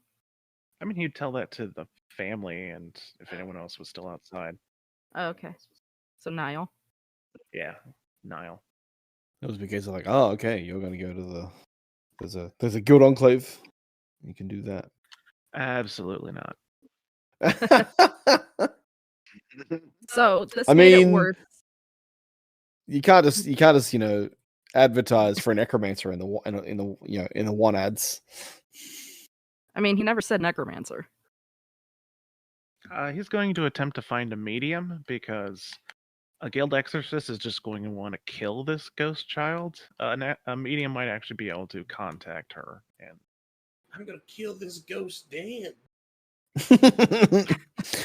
Cock shotgun. So she clearly didn't like it when we moved her down here. Do we move her back up? Shrugs with a might as well. Put her in the playroom. Oh. What? I didn't say anything. I don't know what you're talking about. Must be some pigeons in here saying things. Huh. Weird. Weird. Yeah. I just heard a whisper. I don't. Hey, I thought you were supposed to be watching those people. Get back outside. Oh, sorry. Runs back outside. Playroom it is. I just wanted another sandwich. I know Runs there's away. half of one left. I can smell it. From outside, you can smell this half of a sandwich. Amazing. All right, we're gonna take her up to the playroom. See if that does something. Okay, so you once again grab the body and lug it upstairs, fighting, screaming. The old Does And, trial and error. screaming go down by taking it upstairs? You bring it into the playroom, and as you put the body down, the screaming intensifies once again. Okay, we're gonna stop moving her now because this is not helping. And I'm going to say at this point, in order to communicate with each other while you're in this house, you're going to have to be screaming fairly loudly. Sure, yeah. Maybe But I'm not gonna. Maybe you've got to rock the body. I'm not gonna rock a body. You do it. Rock a dead body.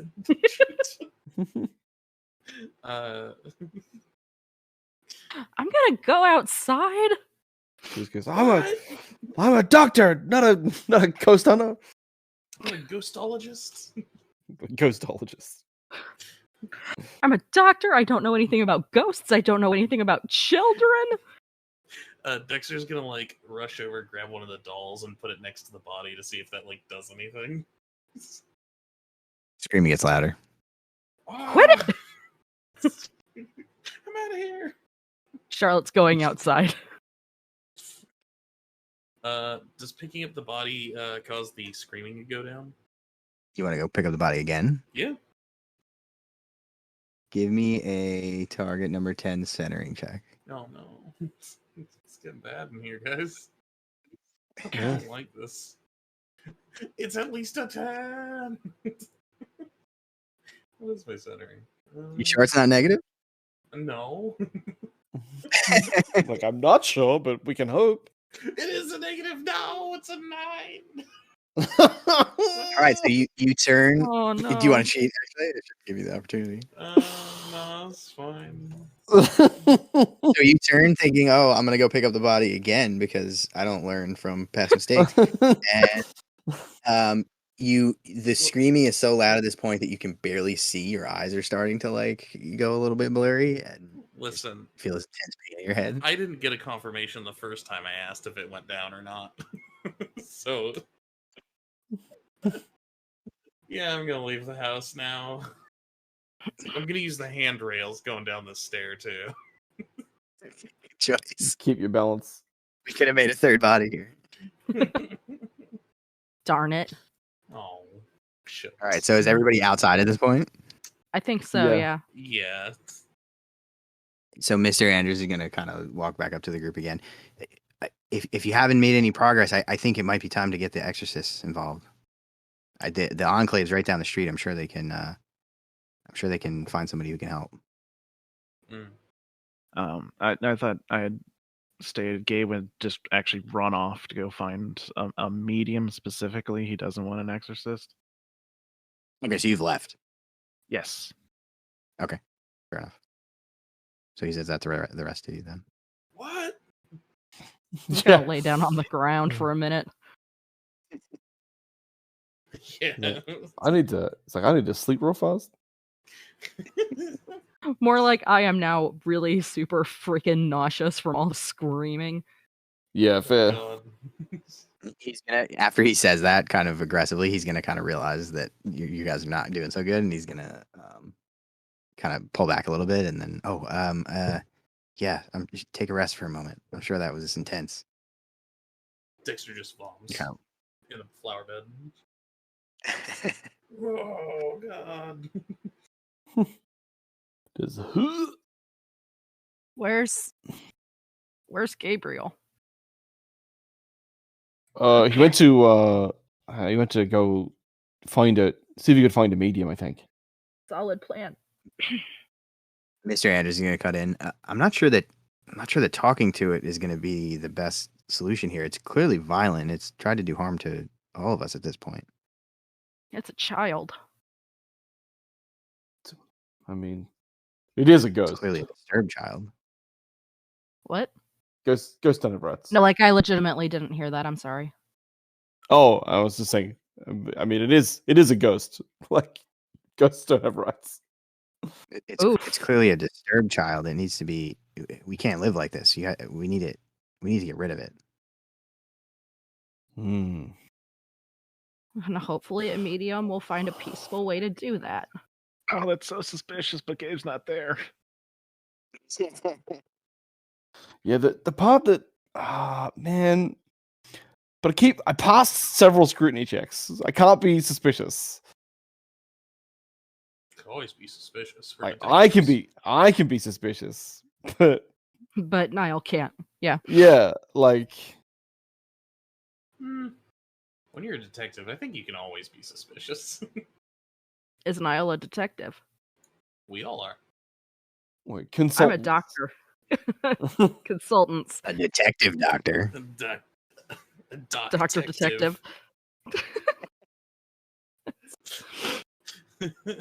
You detect doctors? What? Doctor senses are tingling. The doctor senses are tingling. Yes. The Yeah, doctor usually I senses. just have to stand in a room of them and just yell, "I'm a doctor," and then everyone is just like, "Yeah, me too." It's not like it's hard to detect a doctor. Yeah, you just say you say doctor and hold out your hand, and then 10 more, just like doctor, doctor, doctor. So it's only you can only call them doctors if they come from the doctor region of France. Otherwise, it's just sparkling medic. Otherwise, it's just sparkling medic. Exactly. Oh man. So Yeah. how's Gabe's search going? I'm trying to think of what the appropriate skill would be to try to find a medium in Malifaux, and none of them really work particularly well. What about Yes. a large in Malifaux? What about what? A large in Malifaux. Boo. I'm sorry. You're banned. Banned. Oh, You're God, banned. sorry. What did he say? He said, "What about?" I said he's trying to find a medium. He said, "What about a large?" Oh no! Horrible. Oh, Dexter dies in the bushes. He couldn't take the screaming. Sudden death. Esther. good lord! Let's see. I wish there was like a street smarts type of check.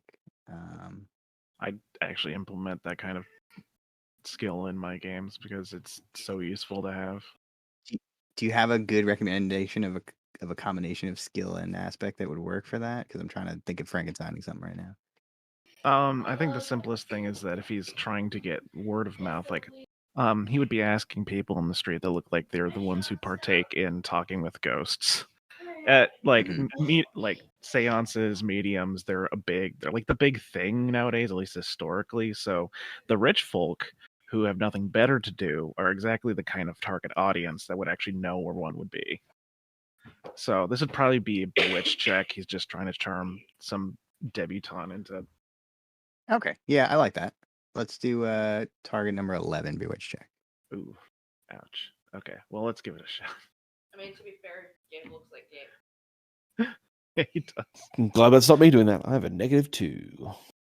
Well, like it's not bad, but Well, like I theoretically possible. blew my nice cards on other stuff, so Mm. just have the top deck. Hopefully, oh, that's not gonna work. That's a 7. I get a draw at least. There you go. Oh, is that one of your honor pursuits? It's social checks.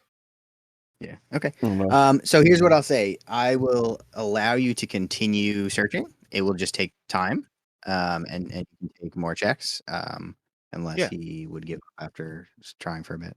He's not going to go up, and he's definitely not on board with an exorcist. So he's just going to go as fast as possible and hope that the rest of the group doesn't capitulate to the guy.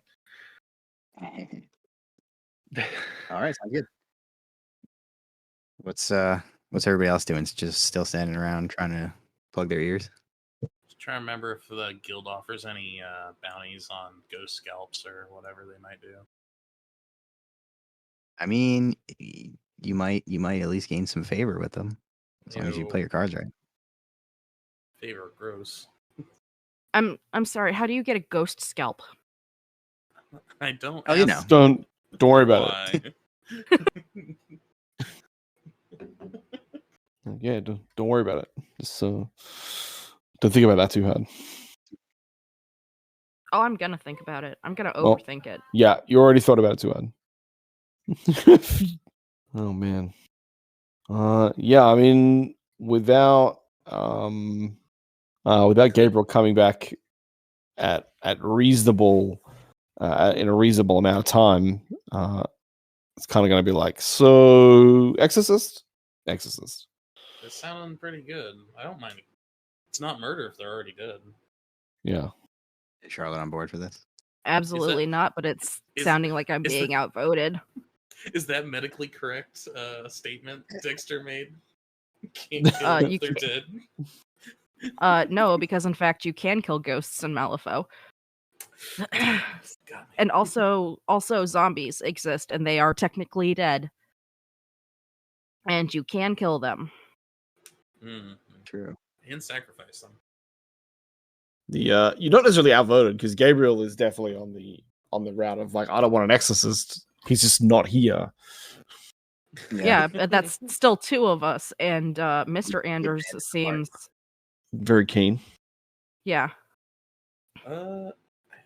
It's possible that we could just get information, like be like, hey, Oh, you're just gonna feel like trot on up to an exorcist and be like, hey, so hypothetically. So I got a screaming house. Pretty sure it's possessed. What do you recommend? How much salt to get rid of this problem? The answer is Speak up. It's been yelling at me. I mean, this is all hypothetical. It's all hypothetical. I can definitely hear you. I haven't just been screamed at by a house for several hours. It's fine. what was that? I can't hear your replies. Write it down. Write it down. Should go talk to Harold Tull and get one of his ear cones so you can hear better. Oh yeah, I'm deaf man. enough to join his company now. All right, so you're heading to the Exorcist, or you're gonna try to figure out another way? It's what Niall's going to do. Yeah, Niall didn't go deaf, so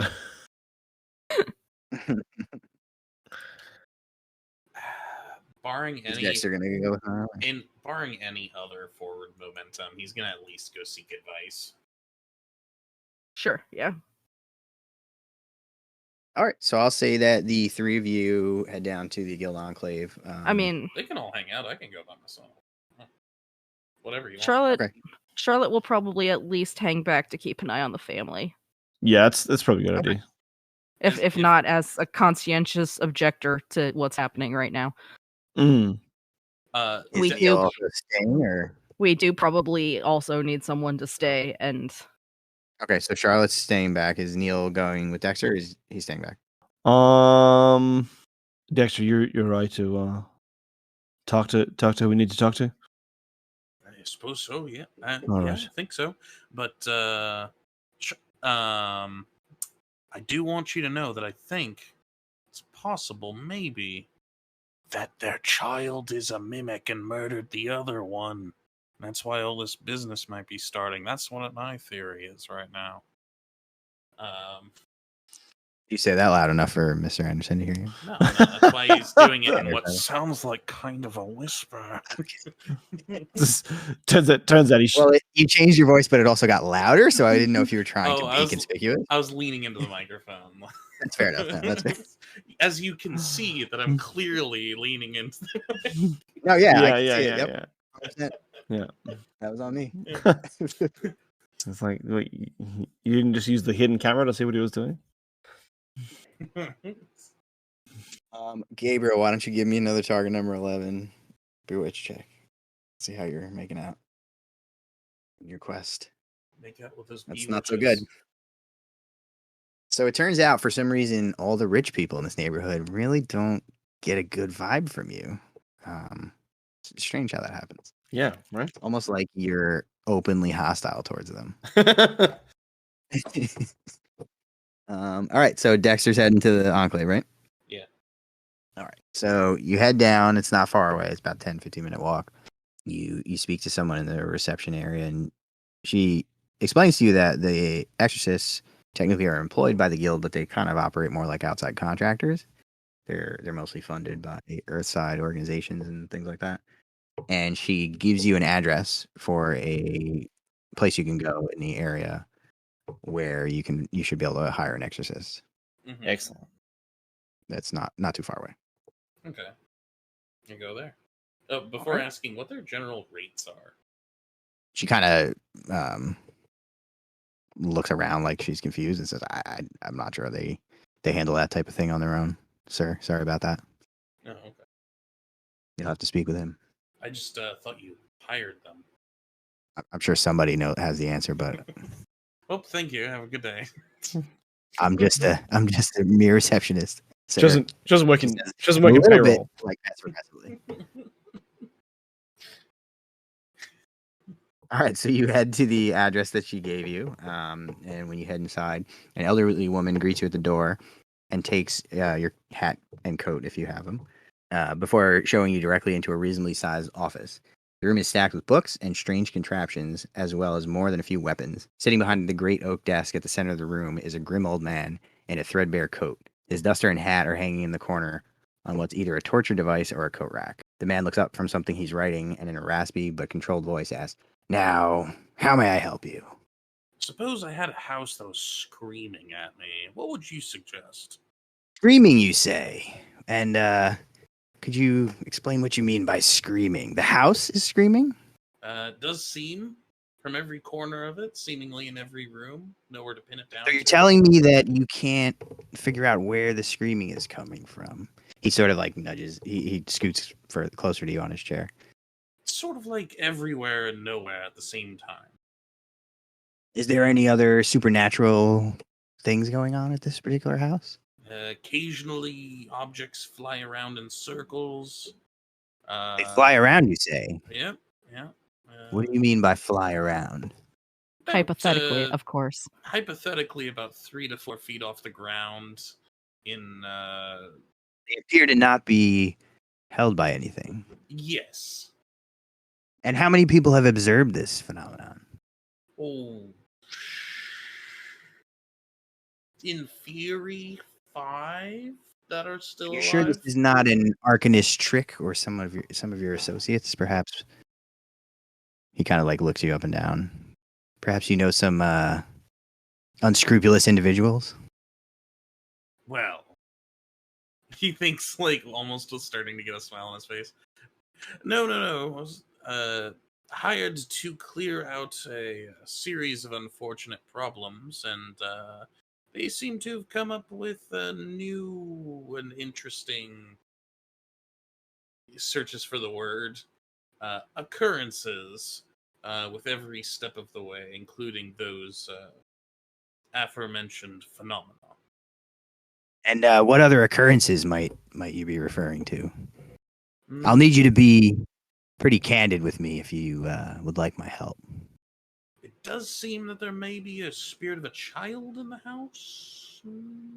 Spirit, you say? And what makes you think there would be a spirit? Well, He scoots closer again. Clearly, you've how got close it. is he at this point? He's like on the edge of his chair. He's Oh, like okay. right. He's not over the desk Close. yet. All right. He just leans in real Oh, nice. And no, he just just, leans you in know, real close. And she's like, "Hey, are you a fucking Reza?" Oh, just a hypothetical corpse in a closet. Yeah. Oh, it seems that our detective agency's uncovered one corpse that's been there since about the occurrence starting, as reported by the homeowners, and another which occurred on interviewing the. So you're telling me that clientele. there's a ghost and an undead, or some sort of body. He starts. He pulls out a notebook and he starts writing something down, kind of I'm way urgently. too into it. Why do I feel so certain that this man's breath smells like sauerkraut? That's a real specific burn to throw at somebody. Listen, it probably smells like the worst. He does work for the guild, so there's Boo. You're banned. You're kicked. A bratwurst. God, I hate everything. I think he eats it straight out of the can, honestly. Oh, maybe. Oh, so he's eating that canned sauerkraut, not even the fresh stuff. Disgusting. He's one of those guys that just has a spork on one end of the utensil and the other is the can opener. Oh my god. He only has that one utensil. He's sharpened up one side to be a knife too. Oh. Why does this utensil have 3 sides now? We've got a spork, a can opener, and a knife. No. The spork is sharpened to also double as a knife. Just Which is one weird, edge. 'cause it's already doubling as a spoon and a fork. Triple as a knife. That makes it 4 times the utensil. Oh my god. That's how doubling works.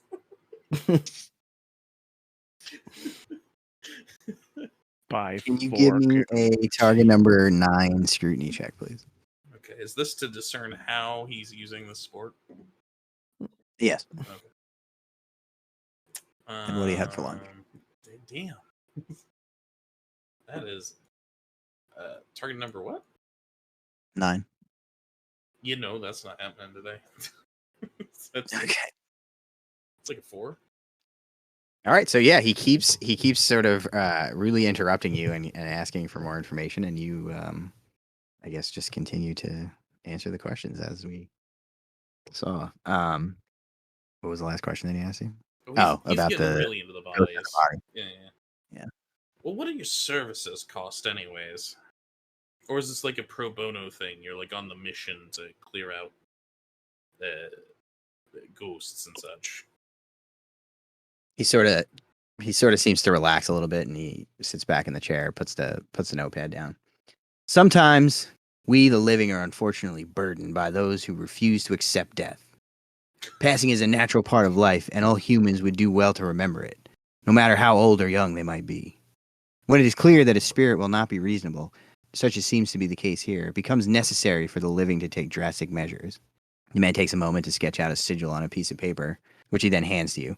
First, obtain a quantity of salt. It need not be large, but it should be sufficient to draw the sigil at a diameter of 2 meters. Next, purify your hands with water.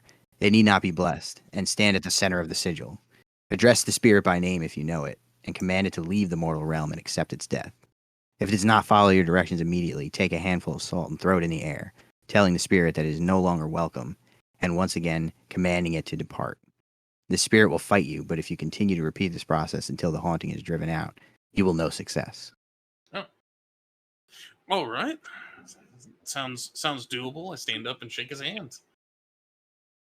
He he hesitates to shake your hand, but then he sort of seems to think better of it and reaches out and gently shakes your hand. And if you ever need help solving some murders after you put the undead down, here's our company card, Eclipse Detective Agency. He's gonna take the card and kind of grunt. Yeah, okay, sure. You know, in case you want less undead showing up, we'll help you get to the root of that. Yeah. Anyways, I love that I heard finger guns from you. as he The sound of moonwalks finger guns backwards is out. not difficult. Yeah. Is Dexter just heading straight back to the house? Yeah, he'll detour to get some salt, or assume yeah, there's true. salt in the house. I guess. You got any money on you? Dexter, you need 10 pence to be able to buy the salt. Do you have Yeah, some dough on you? you have 10 pence, and then I'm gonna also write on a notepad an invoice for the company for 10 pence. All right, so let's have Gabriel try his hand at this manhunt again. Sorry, number 11, Bewitch. Yeah, I'll buy salt. I have no use for money, anyways, as a wizard. 6 is not quite enough, but this 8 I just drew will be an 11. Nice. Finally. Let's go. All right, that time. Okay, so I'm gonna say that after spending a fair part of the morning kind of running around trying to talk to people who look like they might know of someone that could help you, you eventually talk to somebody who points you to sort of a seedier part of the town for downtown standards, at least. That makes sense.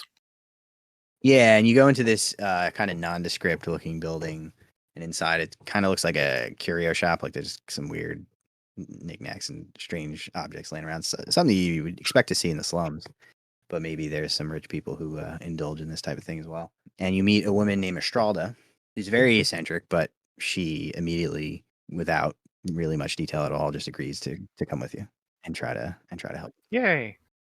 I'm helping.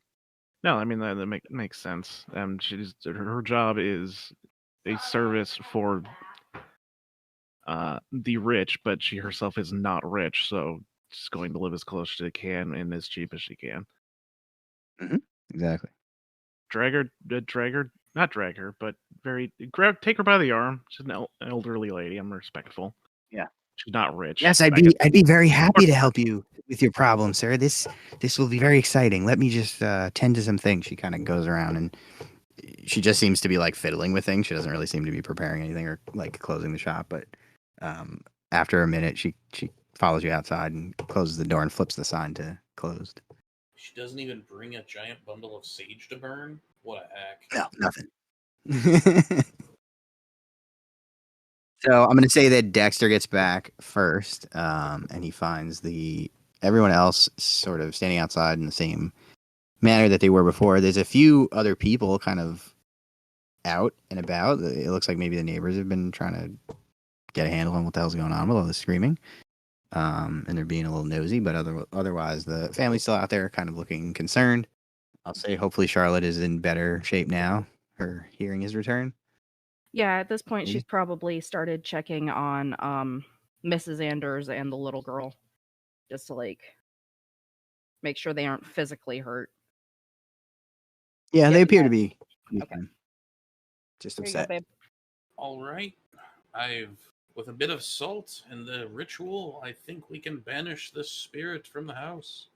I may need you two to look after me while I perform such a thing, as it's possible the spirit could be violent against me or something. I don't know. The I don't know at the end really just makes it. Very convincing. Me over here like, just Magic Man being over dramatic, and then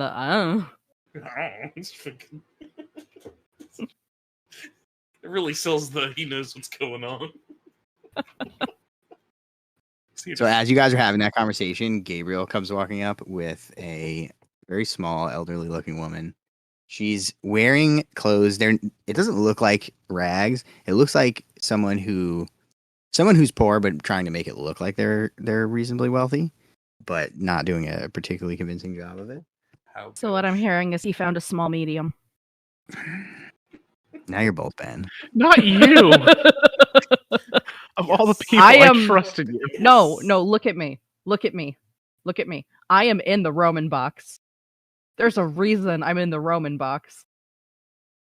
This is the second time this week that I've been very upset by you, Vic. 'Cause you were the one that said on the podcast, you said that Sonia got an award for recruiting for the guild, and I'm still upset about it. I mean, It's it's been days. true. It's true. Still It's true. very upset. Can't. She's been out recruiting the death marshals too. This is Estralda. And I just met her, but I love her. Good evening, everyone. What's is this the place? She's kind of looking around very excitedly. Yes, it's Is the there screaming house. another house that's screaming? Yes, quite. I guess that's a fair point. Shall we go inside? She's sort of like squinting, looking over at the Yes. house, like it's Yes, let's go inside. very interesting. Be to her. our guest. Be our guest. We don't own this The house, but be our guest cupboards are anyway. screaming. Ignore the rest. I mean, So as you guys walk in, everyone else is immediately like the intensity of the screaming is so bad that you're all like having a hard time focusing. But she appears to not be phased by it. She just sort of starts walking around the house and just kind of quickly walking up to any random thing that she sees and kind of inspecting it in a very kind of haphazard fashion. And then just walking over to another piece of furniture and looking around, and then kind of making her way into the kitchen and picking things up and it doesn't seem to make any sense to anyone who's watching. Charlotte's Why- gonna try to shout over the screaming. Do you want to see the body? She comes back over and walks right up to you so your face is like right in front of hers. What was that, miss? Do you want to see the body? Oh, I saw the body. That's okay. And she continues going on about her thing, but you didn't see her even go near the bodies. Dexter's gonna just go to the kitchen and find the salt. Okay. Wait, so did you buy salt or you... Well, he's gonna Just use trying to their find- salt first. Ah, fair enough. Maybe you can get a refund for the rest of the salt. You get a rebate. That 10 pence is really going to break the bank. Company rebate. Send To an be invoice. fair, he's trying to exercise their house. Yeah. So Listen, illusions, counterspelling, and minor fraud. That's what we specialize in.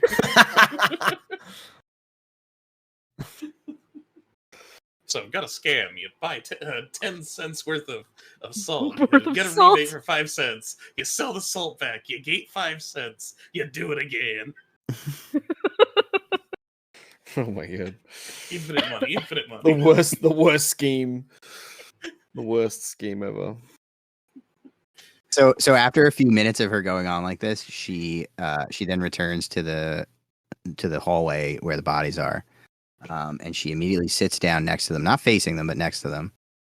She sits down Indian style, and she pulls out from her shawl a large piece of parchment, as well as a couple of small stones. At first, they look like soul stones, but when you look a little bit closer, it's clear that they are very much not soul stones.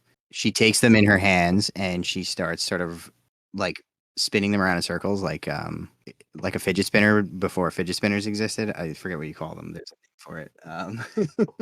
She's basically juggling them in her hands, and she closes her eyes and sort of tilts her head back and looks up in the air. Is anyone responding to this at all, or just gonna watch? Charlotte's just watching. Just watching. Oh, Dexter's just gonna start like trying to fucking draw the circle. Okay. So after this goes on for another minute or two, she takes another stone out of her pocket, but this one is in a triangular shape, and she cuts the tip of her finger with it, and it drips down onto the paper in front of her. And after a few more seconds, you see the piece of paper rise up in the air, and written on it is the word imposter. Sus. And then after it hangs there for a second, it falls back on the ground, and she opens her eyes and kind of looks a little disoriented. Mm-hmm. Okay. And then she just kind of looks up. Can I see what Dex is doing from where I am by the bodies? is Dex doing it? Dexter doing it where everyone else is, or did he go hide? Oh no, I didn't go hide. Fucking just doing it right. He's like, about the center of the house. That's fine. He's Oh just trying to no, I've follow the accidentally instructions. walked over your salt circle. Whoops. Whoops. So Estrada's gonna walk over to Gabriel and sort of usher him out to the right outside the front door because it's very loud. Is he gonna follow her? Absolutely. So she's gonna kind of lean in close and say, "There's definitely a spirit here. I feel some sort of presence, and it tried to communicate with us. Ooh, what did it say? It said imposter. All I'm right. sensing that the spirit is very restless. Perhaps it needs to be sent forward so that it can let go of the living world." Is that something you provide, or do we got to figure it out on our own? What do you suggest? No, I just speak with the spirits. I wouldn't know about that. And with Okay. that, she kind of turns around and starts walking away. Oh, bye. Okay, bye. Just like that, your heart's broken. He's gonna follow after her and quickly flag down Mr. Anders and be like, "This lady helped us out a great deal, and we think we can solve the problem, but you need to pay her for her services." Okay, give me a target number 8 barter check. You guys have been shaking this guy down. It's a It bigger turns- problem than he tried to contract for. Okay, that's all we're saying. Turns out the Eclipse Consulting Agency is actually just pulling the same con as Michael J. Fox from Frighteners. Let's see. What is? That actually might have a bad barter. Where'd it go? Yeah, that's 7. Sadly. Okay, so he sort of nods and smiles at you and fumbles in his pocket and pulls out like 2 script and hands it to her. I mean, that's fine. That's kind of what I And wanted she in the goes- first place. She goes like she's gonna continue walking, and then she suddenly stops and puts her hand up in the air and goes, "Ah, I forgot!" And she turns around, reaches back into her shawl, and she pulls out the 2 stones, 2 of the 3 stones that she was fiddling with, and she puts them in Gabriel's hand. And then, without any explanation, she turns around and walks away. Oh, okay. Mm, Neat. you got I'm gonna a couple of rocks. fiddle with them. She likes you. Yeah. I'm gonna spin them and go back inside. Okay. As you spin them, you feel a sense of calm kind of come over you. Ooh, yay! Unclear if it's a supernatural sense of calm or it's just a soothing, like a fidget spinner. But I like rocks. Fidget spinner +1 to centering. I'm gonna look up what the hell you call these things. Are you thinking like David Bowie's balls from Labyrinth, or Just David Bowie's balls. It's been long enough since I've seen that movie that I don't actually know what you mean. But he's got balls? He plays with The them. crystals? Yeah, he's got really tight pants. Oh my god. okay, so is Dexter just going and doing the Yeah. the ritual? Yeah. Okay, is anyone helping him or trying to stop him at this point? But by this point, Niel is just smoking a pipe outside. This is like ghosts are not like his wheelhouse. Given that Gabriel hasn't come back in and told us anything, I'm still just kind of fucking with the circle every once in a while. so you're After like the trying to stab him. 3rd time, I gotta tell you to knock that off. You're not my boss. All right. Good point. I mean, yeah, true. Hold on. We're just gonna start casting magic now. We're not gonna be successful, but we're gonna try to cast some illusions. I'm gonna do that if that's all right by you, bud. You gonna cast an illusion? Yeah, I'm gonna try to cast an illusion. Okay. I'm gonna say as you go to do that, Gabriel comes back inside. Oh. God damn it.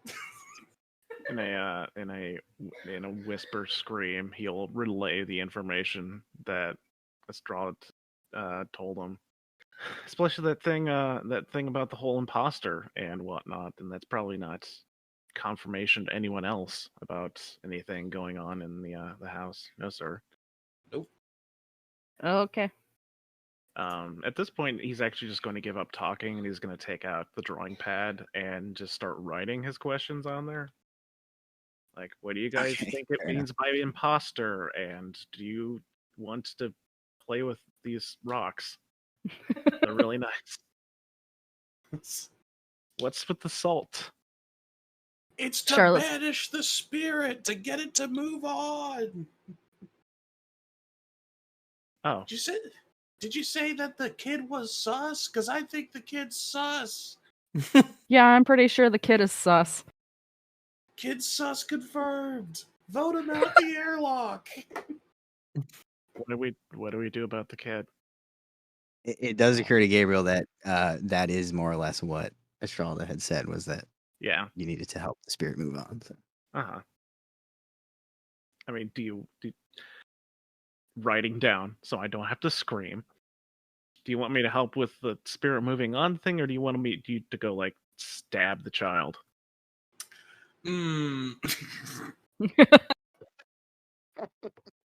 Stab the child. Stab the child. Let's have a little chaos here. Don't worry. We got a gunman in a grassy knoll watching that child. Well, now that I know that we're supposed to be letting the child spirit move on, I'm gonna stop messing with the salt circle. Meanwhile, this whole time you've actually been talking to an illusion of Dexter, while he's over like 20 feet away, actually doing the ritual. You Oh, bastard! yeah, so I guess you matched with that 12 of masks. Yeah, I was annoyed. I was like, let's get some card draws. I'm gonna have like 3 turns of just like, can I fucking make a spell work? Absolutely not. No spells. So the illusion is just that you're standing there, I suppose? I was standing there talking to him and like doing the talking while he's just like 10 feet away doing the ritual at the same time. And then he'll probably just dismiss it when he finally agrees to help. Is there anything Okay. I can help with? I like tell you what the steps are, and I say that the house or the spirit might try to rebel against us. So just be on the lookout for anything. I don't know, anything out of the normal for a screaming All right. house. So this is gonna be out of the normal for this situation. This is gonna be handled with an ongoing challenge. All right. Does everybody know how ongoing challenges work? I do not. Okay, so basically, there's going to be a set of skills that you're allowed to use to contribute to the ongoing challenge. Mm-hmm. There's going to be a target number, and everybody who participates is going to be allowed to take a check on any of those skills for each duration, which is a certain period of time. Uh-huh. There is going to be a goal for a certain number of successes, which is just hitting that target number. If you beat it with a margin of success, it would count as 2 successes. And then there's also a failure requirement, where if you hit a certain number of failures, which failure doesn't mean you didn't hit the TN, it means you had a margin of failure. If you don't hit the TN, you just spend the time doing nothing. If you hit the failure requirement, then there's a catastrophic failure that something bad happens. So it's sort of a way to simulate like a prolonged process that everyone's trying to do together. Mm-hmm. Everyone else is inside except for Niel. Yeah. So does anyone want to try to fetch him to participate, or are you going to leave him outside smoking? Oh, I thought he was going to be shooting the child. Contrary to what you might think, he's not just in the game of, I'm just going to shoot kids because someone said, hey, you should shoot this kid. I don't know. I'm sorry. You said you had a guy in a grassy knoll with gun, and I assumed you were telling the truth. I didn't say that. That wasn't me who said that. All those things were true. He's in a grassy knoll with a gun. You just need to tell him that the red fox jumps over the moon at midnight. Okay. I'm not going to get him. I don't know if he can contribute. If someone else does, that's fine by me. But Gabe is. If the impression he got is now might be possibly the violent sort, so we don't need a violence. The ghost child is fine, is innocent. The sus child might need. Anyways, basically, this sus child killed the nanny. Like, yeah, probably. Yeah, probably. So I mean, So let's do the first duration of the ongoing challenge, and we'll see what happens. How about that? all right. Sure. Just with the 3. Sounds good. So the skills are going to be centering, counterspelling, intimidate, and necromancy. I'm going to add convince to that. I'll actually add convince and bewitch to that because of reasons. Sorry, one more time. What were those? Centering, Mhm. counterspelling, Mhm. intimidate, necromancy, convince, and bewitch. Okay.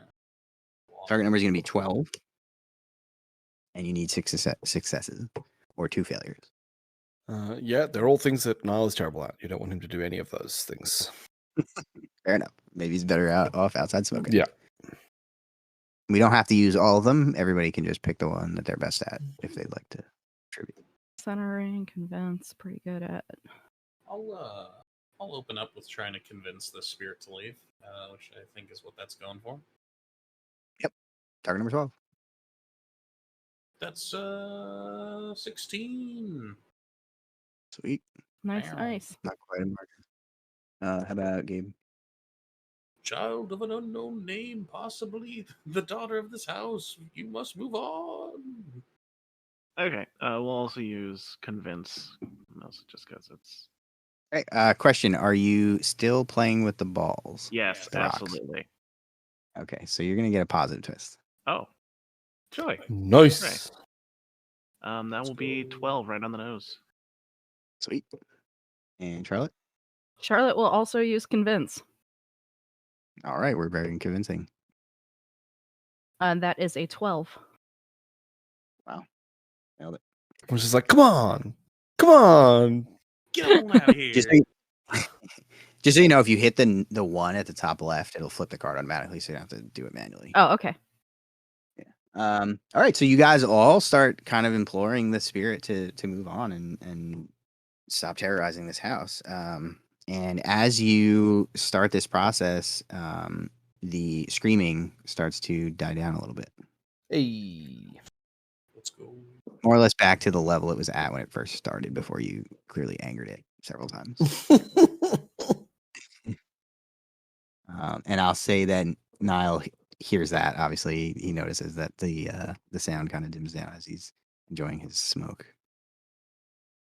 It's like, huh. I guess they figured it out. Maybe he thinks his smoking is soothing the spirit. He certainly feels soothed by it. That's fair enough. Yeah. All right, let's do it again. Merchant. Yeah, let's do it again. Convince again. That's a 10. So, no. Oh, I should do calendar spelling because I'll draw cards on failures. Anyways, that's me. Yeah, that's true. Okay. Gabriel. Ow. That's topping out at a 6, which would be a margin of failure. However, I'm going to cheat in a 5 to bring it to an 8, so we don't have the margin. Let's go. All right. Still counts as a failure, though, so draw a card. Nice. All right, and Charlotte. Yep. Yeah, convince. Okay. Oh, Voodoo. Oof. All right. So this time it seems that you've been somewhat less convincing, and you start to you hear the screaming get a little bit louder as the spirit seems to be resisting you, and suddenly objects in the house start to levitate and start flying around in all kinds of crazy directions, some of which start to hit you guys. So you are gonna all take a damage flip. Do merchant first. Merchant. Dexter's going to take 1 point of damage. Damn. Gabriel, also 1 point of damage. Way to get rid of these ones, huh? Let's go, damn it. Fuck. And Charlotte will take 2 points of damage. So as all this cutlery and pots and pans and random household objects are flying around, a couple of them hit you guys in the body and kind of bounce off. One of them hits Charlotte in the side of the head and draws some blood. Ow. And let's do it again. Dexter's up. I'll do a counter spell. We need 12, you said? Yep. Dang, that's an 11, but draw a card off that. Okay. Gabriel, convince again. Yeah, convinced. That's another 13. Hooray. Let's go. Charlotte will And also convince again. That is a 7, but I'm gonna cheat in a 10 to make it a 12. All right, awesome. All right, so this time, it's not super clear what kind of progress you're making because the volume of the screaming is now sort of kind of going up and down as you go. The objects are still flying around the house though, so let's do some more damage flips. Ooh, fun! That's gonna be 3 damage on deck. Okay. That's gonna be 3 damage on Gabriel. Ow. This does not ignore armor. If any of you have armor, just so you know. Oh boy. I need a toughness check. That's 4 damage on. I'm at 0. Is Gabriel also at 0? Yeah. All right, so I guess we'll go with Gabriel first. You need a target number 10 toughness check. Yeah, he's out. That would also be severe critical effect, would it not? Yeah. Go and flip the card. I've got the chart. 9 of tones. Nervous system trauma. Jesus. What's the suit you flipped? Tomes, head. Okay. I need to make an unconsciousness challenge at a TN of 8 plus my current number of negative wounds. Otherwise, I pass out. But I passed out anyway, so Yeah, we could just let that go. Okay, and target number 10 toughness for Charlotte as well. Oh boy. 4. Can I Got cheat? cheat on that? Yeah. Yeah. That'll be an 11. All right, so you stay awake. All right, so as all this chaos is erupting around you, a pan from the kitchen smashes into Gabriel's head and knocks him down. He does not appear to be conscious anymore. But let's try it again. You need 1 more success. Okay. Let's do a convince. That's gonna miss at an 8. Which will All right. Not cheating? I can't make it an 8. All right. I'm going to reshuffle the deck, so everybody draw a card. Yay. Now oh no. Our guard. And Charlotte's up again. Yeah, I'll do a convince again. Whoops. Fuck. What'd you do, flip 2 by accident? Yeah. Oh, okay. I'll just reshuffle. Try it again. That's a 10. What did I need? 12. I can't get to 12. I can do it next turn. I can force it through because of the card draw. Oh no. Okay, so the screaming stays at a steady level, and the flying objects appear to be sort of mellowing out a little bit. So let's run it back one more time. All right, we're gonna do another convince. also Let's go. shattering my brain meat says calm the ghost down. Is that what you're saying? It seems like Oh it. yeah, we just need to break some brains. That's all. 14. All right. That should do it. Does Charlotte, you want to flip a card just to spend your extra minute? Sure. Take an action to heal 11. yourself. Actually, yeah, you could totally do a doctor check instead if you wanted to. Yeah, why not? That would be a 14. Okay, that's 2 health. Okay, so as you finalize this little ritual, all the damage being done to you guys, the scream finally kind of comes to a head. It increase in volume again, and your ears are kind of ringing, but then it suddenly dies out, and you just hear silence, and all of the flying objects fall to the floor. I'm gonna go check on Gabriel. Yeah, he's ooh, it's a little bit of blood there. All right, you gonna doc check him? Yeah. All right, target number 5, doctor. What did I do? There we go. Okay. That is a 9. What did I need? 5 does 1 health, and then every margin, so every 5 extra, you get another Oh, okay. health. So if I bump that up to 10, is that 2 then? Or Yeah, exactly. okay. 10. All right. So he will heal 2. Hooray. And I'll say as part of that, you are also able to sort of shake him awake. Don't shake me too much. I require surgery to get rid of this critical effect. Just FYI. Well, is there any ongoing effect to it, or it just makes you take another check, right? Or no? Yeah, basically, whenever I do something that would require or specifies my head, I think that focus or cast spells is what it says. Then I Oh, I must see. take Okay. that check, and yeah, I'm stuck with it until I get it removed. Gotcha. Okay. All right. So you awaken to the sound of peace and quiet. Yay. Is this heaven? Oh, both of you are here. Never mind. Clearly not. Now we have to deal with whatever the imposter may be. The kid? Yes. As you heard my concerns earlier, I think it might be a mimic. And Gabe's gonna run outside. That's just my suspicions. No. All right. So as you guys walk outside, you see Mr. and Mrs. Ander just they look elated. They're walking towards the building with huge smiles on their face. Oh my God! Thank you guys so much. I can't believe you actually managed to take care of this. And Mrs. Anders will run up and hug each of you. Oh, be careful. Bleeding. She'll kind of like recoil back. Oh, I'm so sorry. Are you okay? What's the child doing right now? She's just standing behind them looking on. Okay. Gabe's going to approach the child. Okay. This is going to... Everyone's going to kill me if I'm wrong on this. But in my defense, he probably has a severe concussion right now.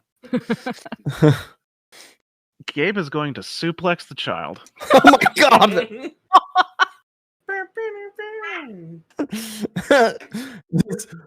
And his name is John Cena. Just like bends down like he's gonna like, give the kid a gift or something. Just choke slam the child. Full like 8-foot reach up into the air. Just bam. Holy shit! You're actually trying to attack the child. Yes. What are you doing? He's attacking the child. What, Oh my god! what kind of martial arts or grappling would you like to use? This is grappling. So why don't you give me a target number 12 grappling? Oh, What jeez. skill do It's a you want to slippery use child. to suplex this child? It's just a standard day of Malvo. Asking someone the question, what skill would you like to use to suplex a child? That is a powerful sentence. Oh no! Oh no! Shit. It was super effective. Oh no! That is a 19. Okay. What's the Never defense saw it of a coming. child? What's the What is the? defense of a child? Oh my god! Do you have skills in grappling or no? Yes, my skill and my acting value in grappling is 6. Oh wow. Okay. My god. So wait, what was your total then? 19. Wow. Okay. So give me a straight flip for damage. I mean, the nice thing is that it's not a lot of damage, so. Okay, that's only like 1 point of damage. I'll double check that, but I think it's probably 2, but I could be wrong. It depends, I think, on how many ranks you have. Yeah, it does. But he must have several ranks because. Big number. No, it's a 1-1-2. Oh, okay. It's based around dealing pinning, which requires severe damage. Unless you want to let me focus. He cannot focus. He is not going to be able to focus. So we'll just go with that. Okay. Yeah. So you approach this child, and Mr. Andrews kind of gets the sense that something's going on, but you slip past him, and you grab the child and throw her on the floor. And immediately you hear a scream from Mrs. Anders, and Mr. Anders jumps on top of you to try to pull you off his daughter. So give me target number 12 defense check. Dexter's just walking outside. No, just the fuck are you doing? Oh no! Yeah, if anyone wants to help him pull Gabriel off the little girl, then feel free to participate. Niall absolutely does. So make that or what's your? Do you have skills in grappling or martial arts? I don't think so. Okay. Hang on, So let me still check. 12. Yeah, nothing in grappling, nothing in martial arts. Okay. Just a 12 then. Just Yeah, no, that's a 9. He is insanely good at grappling. Oh my god! well, I'll flip a 13. What is the 13? That's my grappling check to stop him. Oh, okay. All right, yeah, that's fair. Okay, yeah. So between Mr. Anders and Niall, they immediately just haul you off of her. And she stands up and runs over behind her mother and grabs onto her. And Mr. Anders looks right in your face. What the hell do you think you're doing? We asked you to come here to help us, not to assault my daughter. Your child's a changeling. What are you talking about? We had a ghost problem, not a neverborn problem. Why not? Oh, he's asking me for an explanation. Oh yeah. No. Okay. Child basement, yours. Changeling, kill child, hide body, basement, become your daughter. Secretly kill nanny. Daughter haunt house. He's sort of frantically shaking his head as you're going through all this. I don't know what the hell you're talking about. We haven't been in that basement in you know what? All of you need to just get out of here. I can't believe this. From the porch, I don't know if the mimics can be like dispelled, but I'm gonna try to. If it's a manifested power or a spell, I'm gonna try to see if I can dispel something from the child. If there's any magic on it. Give me a counter spelling target number 11. Okay. Hey. That is gonna be way more than that. That's a 15. So you try to counterspell on it. As far as you can tell, your counterspell worked, but it doesn't seem to have any effect on the child. Okay. Mr. Anders is just pointing down the street and insisting that you all leave. I do have a question, and it's not something I would have been able to participate in because I was unconscious. But I do remember describing the ritual as calling the ghost's name. Were we ever given the option to do that? You were told that was something you could do during the ritual, but I don't think anyone did. Yeah, because nobody knows the name of the ghost. Well, I mean, like, if the theory we're going off of, we had that theory before we did the exorcism, Gabe would have used the word Eliza. But I was under the impression there was a specific point in the exorcism where we had to say the name. Wasn't just like whenever. Let me check, actually. It's not required. So if no one said it, I'm going to say that no one said it. Okay. I mean, I don't know if I was explained how the ritual worked anyway, so I'm not going to fight for it. I see what you're saying, because if it needed to be said and you said the wrong name, then it wouldn't have worked, right? I was under that impression. So you would know it. Yeah. I mean, I did say explain it to everybody to like scoot over, but yeah, but again, based on what the exorcist in a said, room you of don't scream. He said if you know the name, you can say it. He didn't say you had to say it. No, it wasn't a requirement for it to work. Is anyone going to listen to Mr. Anders and leave? I'm gonna dispel Mister. Are you really? Yeah, I'm just on the porch. Nobody's looking at me, so I'm just gonna be like, what if he's the mimic and I got this wrong somehow? All right, target number 11. We'll cheat to make that happen because I don't have anything else going on here. Flip this. Bam. That's a 12. Yeah, so same result. You see, it feels like you did it right and it worked, but there's no effect. Okay. Mr. Anders is now going to insist that everyone leaves. If you guys don't get off my property right now, I'll be contacting the guild immediately. Well, you will need to contact them anyways about the 2 bodies that were pulled out that are in your house. I say, coming down from the porch, nursing my bruised face from where a pan probably hit it. I'll also be reporting you guys for assaulting my daughter if you don't leave immediately. He appears very upset. Yeah, it's fair. Well, your house is fixed. We'll just take our money and go. You think you're getting paid after you attacked my daughter? We To didn't be attack your fair, daughter. only the one person attacked your daughter. I hired you as a group. He looks like he's getting progressively angrier as this conversation goes on. And So- Mrs. Anders and the daughter back inside. Yeah, we get the picture. All right, let's go. Very well. We thank you Invoice will for be in the your mail. for your hospitality. I apologize for this man. He'll be getting a thorough beating later.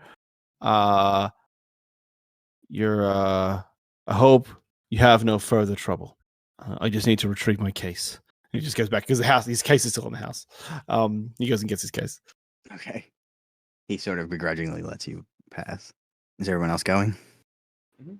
All right. Yeah. So after you grab the case, you head out, and the family all goes back inside. Mhm. You guys. Okay, never mind. I'm sorry. Go ahead, Doug. I was still going to attempt to explain Gabe's logic behind why the child is secretly a mimic. Okay. To Do who? you have anything to add beyond what you said before? Well, I mean, like, if I could take an actual skill check as opposed to just role playing it, Oh. Yeah. He's pretty incensed right now. I'm not sure he's gonna listen, but let's see.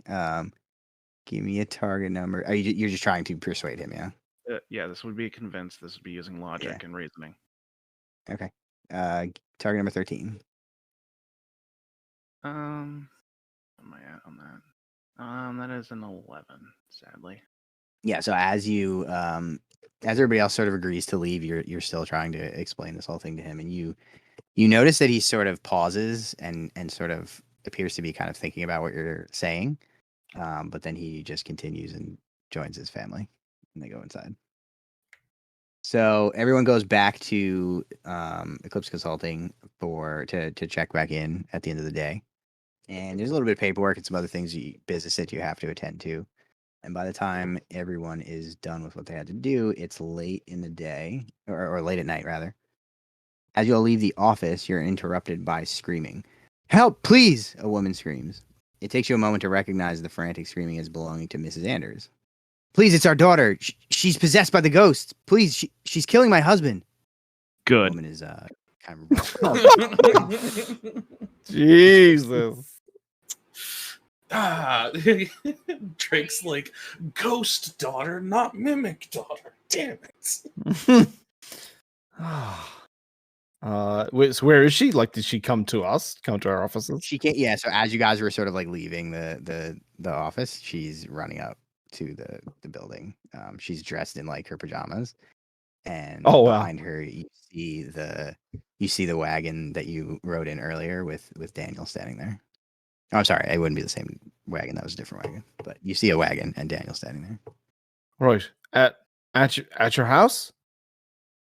Yeah, you guys, you have to come quick. It's at the house. She's killing him. Okay. What will good do for a good review in $15? My God. Pulls out his shotgun out of his coat and cocks it. Right. Does everyone agree to go with them, or is Gabe done? Yeah. I Niall will go for sure. fucking told you so. I want you to say you were right, Gabe. Listen, I'm sorry, but you have to come quick. You have to help him. Sorry, what was that? What was that? I didn't hear it. It didn't sound like you were right, Gabe. Come I on, guess you were right. Come on, we have to go. be petty. Thank you. Please. Be petty on the way over. Let's go. Yeah. I'm also just gonna say quick that anyone who took damage will have been able to heal it in the time between when you left their place and now. Still Yeah. needs surgery though. Yeah, that's still gonna stay. Big oof. Okay. All right, so you jump in this wagon and they head directly back to the Anders house. Outside, you see a bunch of the neighbors standing outside looking as you hear not the shrill shriek from earlier, but you hear screams and all sorts of commotion coming from inside the house. And out front, you see a guild guard laying on the lawn who appears to be dead, and there's another guild guard standing over him who appears to be tending to him, but also trying to keep the neighbors back. But Mrs. Anders just jumps out of the wagon and just starts trying to physically like pull you guys to bring you in the house to help. All right. Tee. All right, you big strong men go in the house first.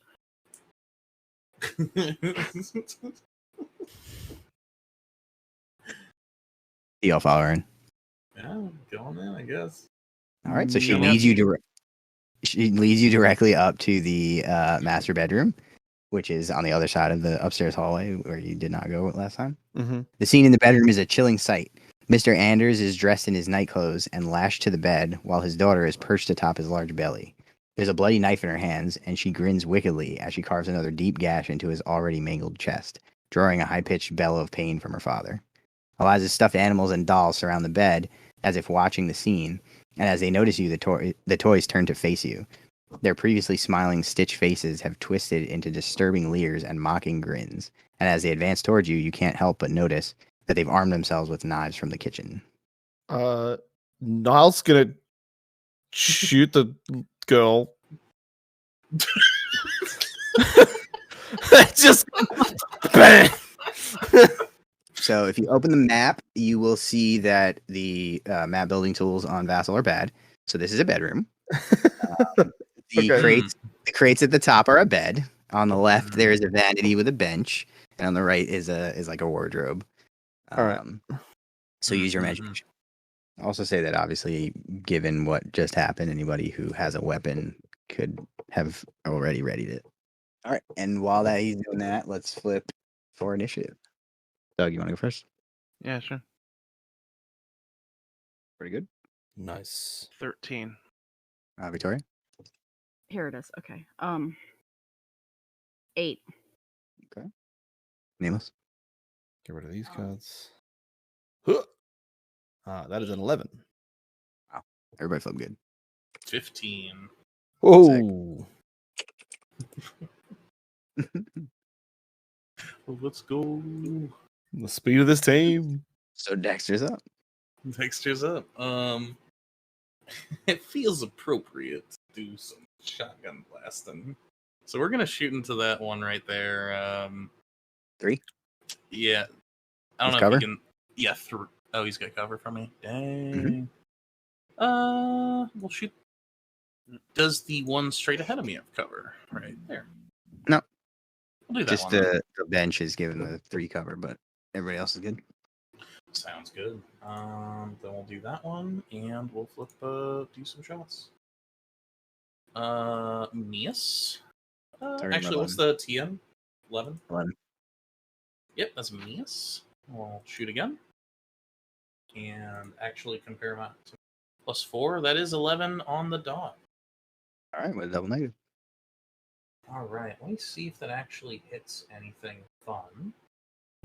I could do no blasts, but deals 1 extra damage per blast. Okay. Probably not getting that. But so it's how many negatives? 2 negatives? Double negative. Double negative. 3 cards, picking the worst. Any blasts for extra damage? Blasts, anyways. So 2 damage. 2. 2 damage. All right. Gabriel's up. Okay. Shot at that one. Gonna do a quick aura check. If I may. Is Eliza in that aura? Doesn't look like it. Okay, well, then I'll just shoot the one that was just shot. Number 4. Yes, number 4. We are going Alright, target to use multi-barrel to fire both barrels of a shotgun. Giving me a positive flip on the damage and a +1 to damage overall. Target number 11. Or not. That's gonna not work. Oh boy. And he's gonna reload. Do you have a positive on that? No, the positive's to damage, not the To attack. damage. Gotcha. That's just It a also waste of- doesn't matter because it's the black. Oh, I know, but Just you regards. just You would still flip, I suppose. Yeah. I'm done. All right. anyways. That's 2 pretty bad black jokers so far, but maybe the red joker will be some good at some point. Is that Gabe's turn? Yeah, it's 2 AP. All right, Niall. All right. Before he shoots the girl, he will ask, "Can I shoot her? Is she okay to shoot?" Knock She is yourself holding a out. knife up, and it is covered in blood. He's gonna shoot the girl. Okay. You're going to take a manipulative 10 test. Oh, okay. So So target number 10, willpower. all right. Ha! Hope my willpower's at least a 4. I don't think it is, but let's find out. That is not a 10. Do you want to cheat? Ye- Manipulative is worse in this than it is in the normal game. I'll just tell you yes, that. I'll cheat to pass. I will do. Ah, Okay. That's going to be a target number 10 for the shot. all right. Now we'll go bang. 7 of terms is for sure good for me. That'll be like a 12. This is long arms, right? Negative. Yeah, AV's 5. Yeah.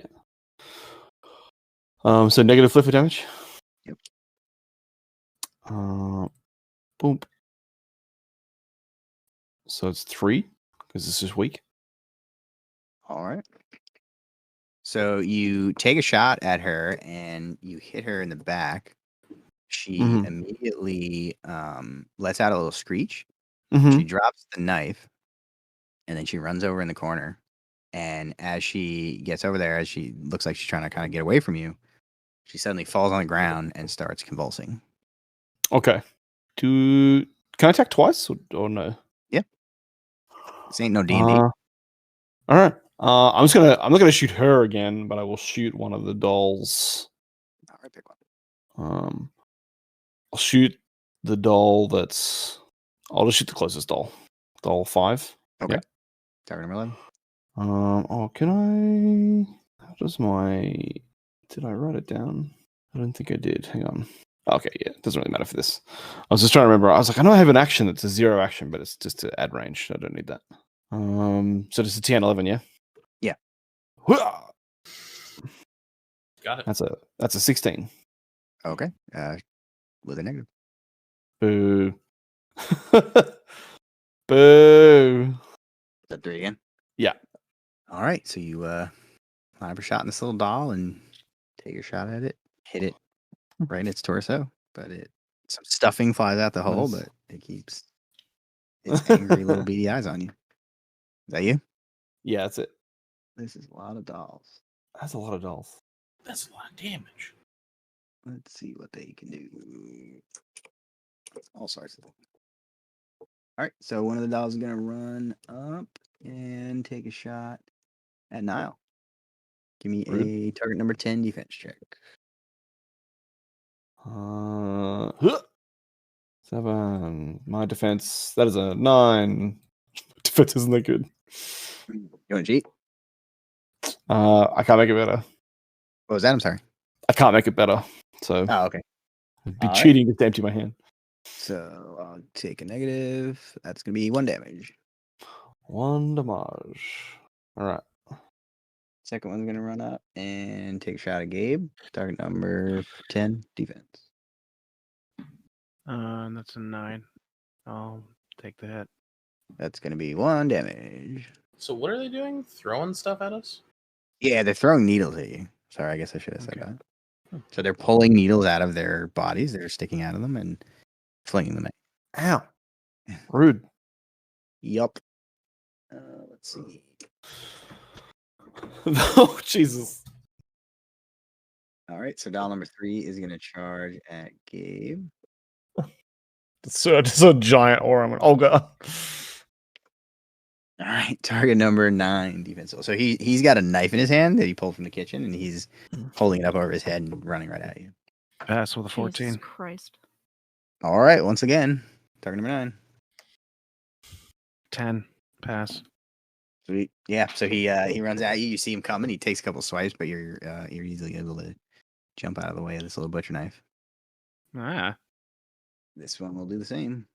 Target number 9. That is 7. That'll hit. That's 1 damage. Okay. And again. That is an 8. That will hit me. 1 again. That's by 1,000 cuts. Hmm. This one is going to throw some needles at Niel. Target number 10. I don't like it. I don't want to be shot at. Well, that'll do it. What? That's the red joker. So, He's going to try again. Target number 10. yep. That's a 12. Okay. This one's Yes. going to shoot Yes. at Niel as well. That's another defense. Yep, target number 10. Oh. Yeah, it's going to take the What's your total? 3. You going to take a straight flip? Or you want to cheat it? What do I need to get to make it neg? 5. No. That's 1 damage. Okay. And again. God damn it. God. Well, let's take this. Let's take the hit. There we go. 1 damage Oh. with a blast. Ah. And everyone else takes 1 damage. Oh. No. Ow. This is. Ow. All right, number 7 is going to shoot a Gabe. Target number Hold on, 10. I need to take a toughness check. Oh, And don't I pass shoot out. at Gabe. Gabe's down. We don't want that randomization. Oh, they don't have to randomize. What? Gross. Neither could do do I. a critical effect if it was not from a damage flip. I don't think it does. Okay. So he's going to shoot at Niel instead. Target number 10. Rude. What's the Yep. It's a 5. That's 1 damage. Ow. And again. There we go. And then this one's going to run over here and shoot at Niel one last time. Target number 10. Should get me again. Mm-hmm. Rude. Real close one. Yeah, it's a 7. All right. Every shuffle, so everybody draw a card. And that'll be 1 damage. Draw a card. Ow. I'm hurting over here. I took 5 damage. Yeah, and splash them onto the other guys Yeah. too. Like, I have 6 wounds. Took 5 damage. Okay. Charlotte's up. Help. Gonna shoot at doll 4, I guess. Okay, actually, no, you won't have to randomize. Never mind. Perfect.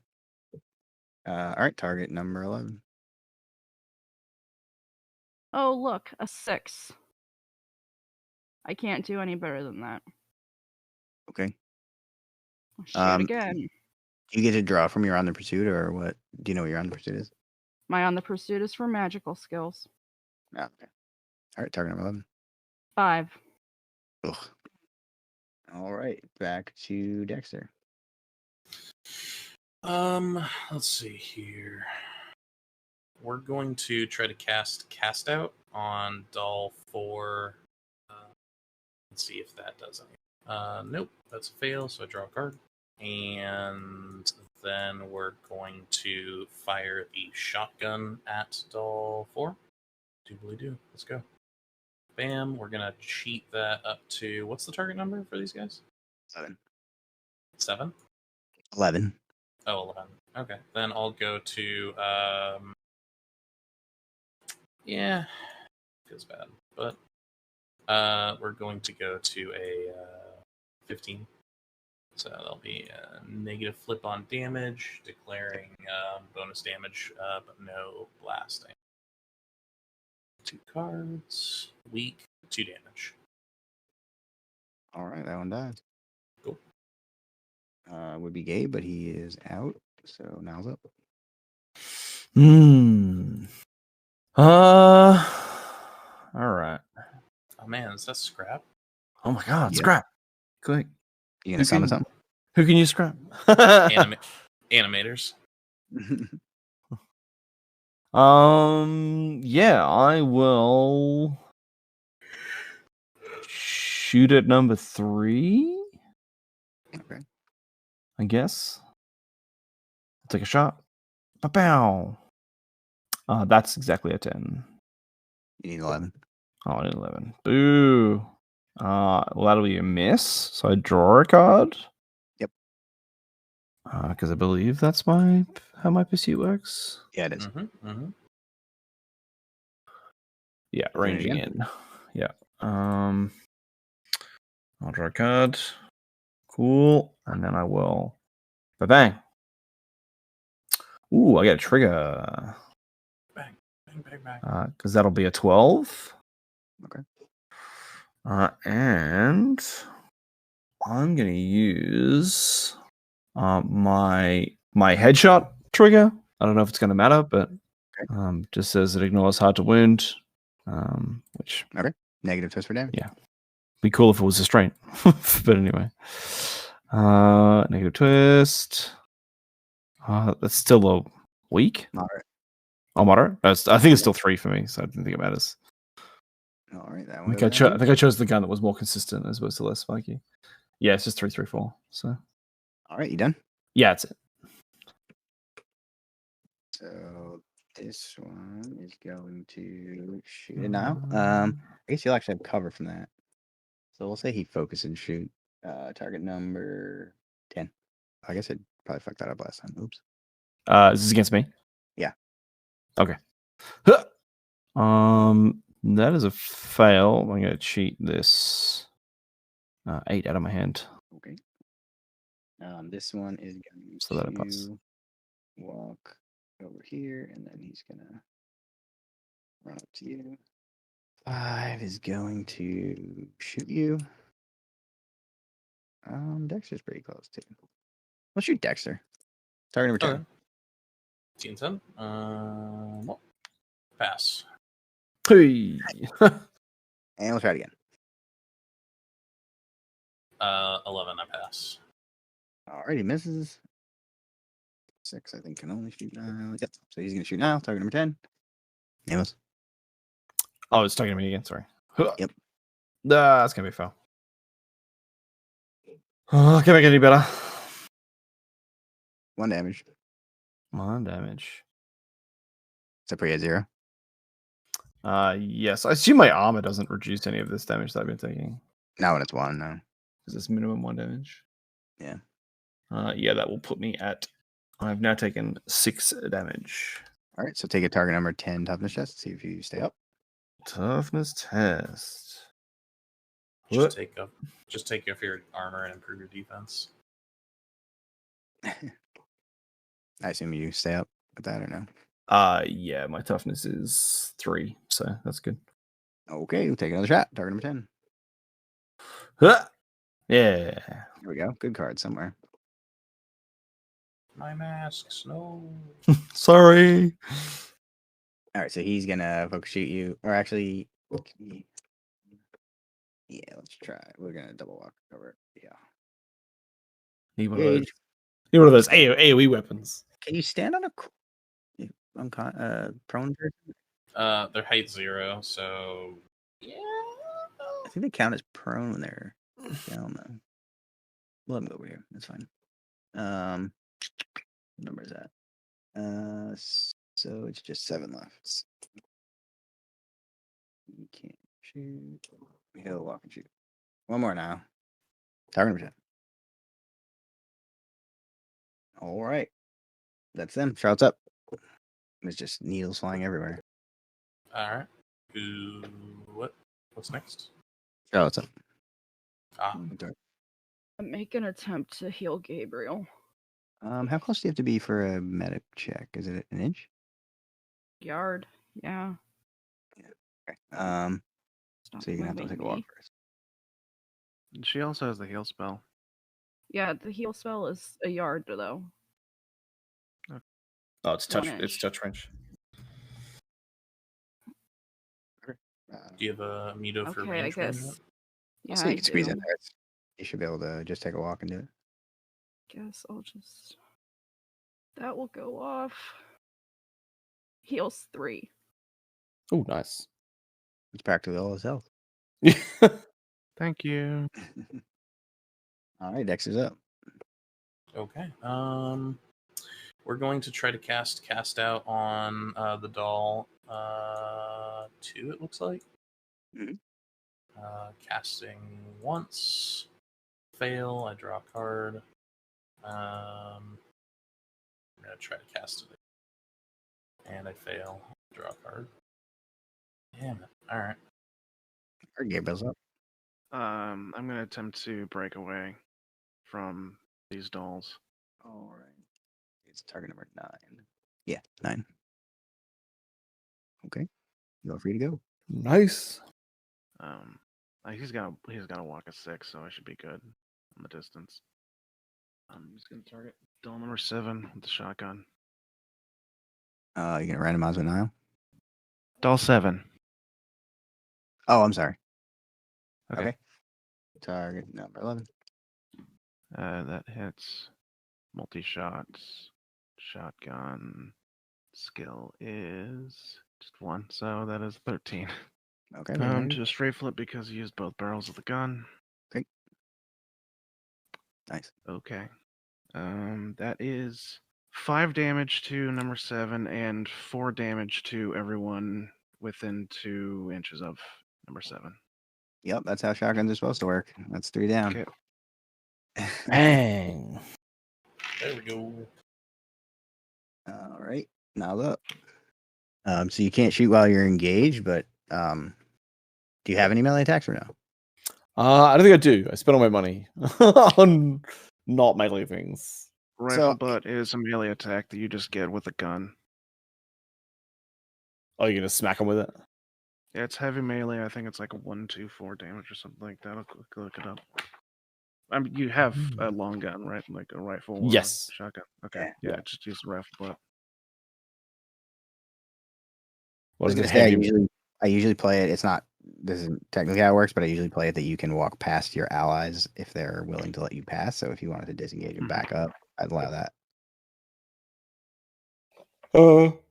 Yeah. But then you could be exposing Charlotte to potentially a knife fight. I mean, yes, but I'll also walk backwards and then shoot the one that's right in front of us. That's true. So, yeah, I'll try and disengage. Okay. Target number 9 to disengage. I'll do it. That is an 11. So 1, 2, 3. Just moves his full walk, and then he's just gonna shoot at doll 2. I think it is. Yep. Target number 11. Yes. Bang. Yes, that will be a 15. Sweet. Negative. Yep. Negative flip. 3 damage. Okay.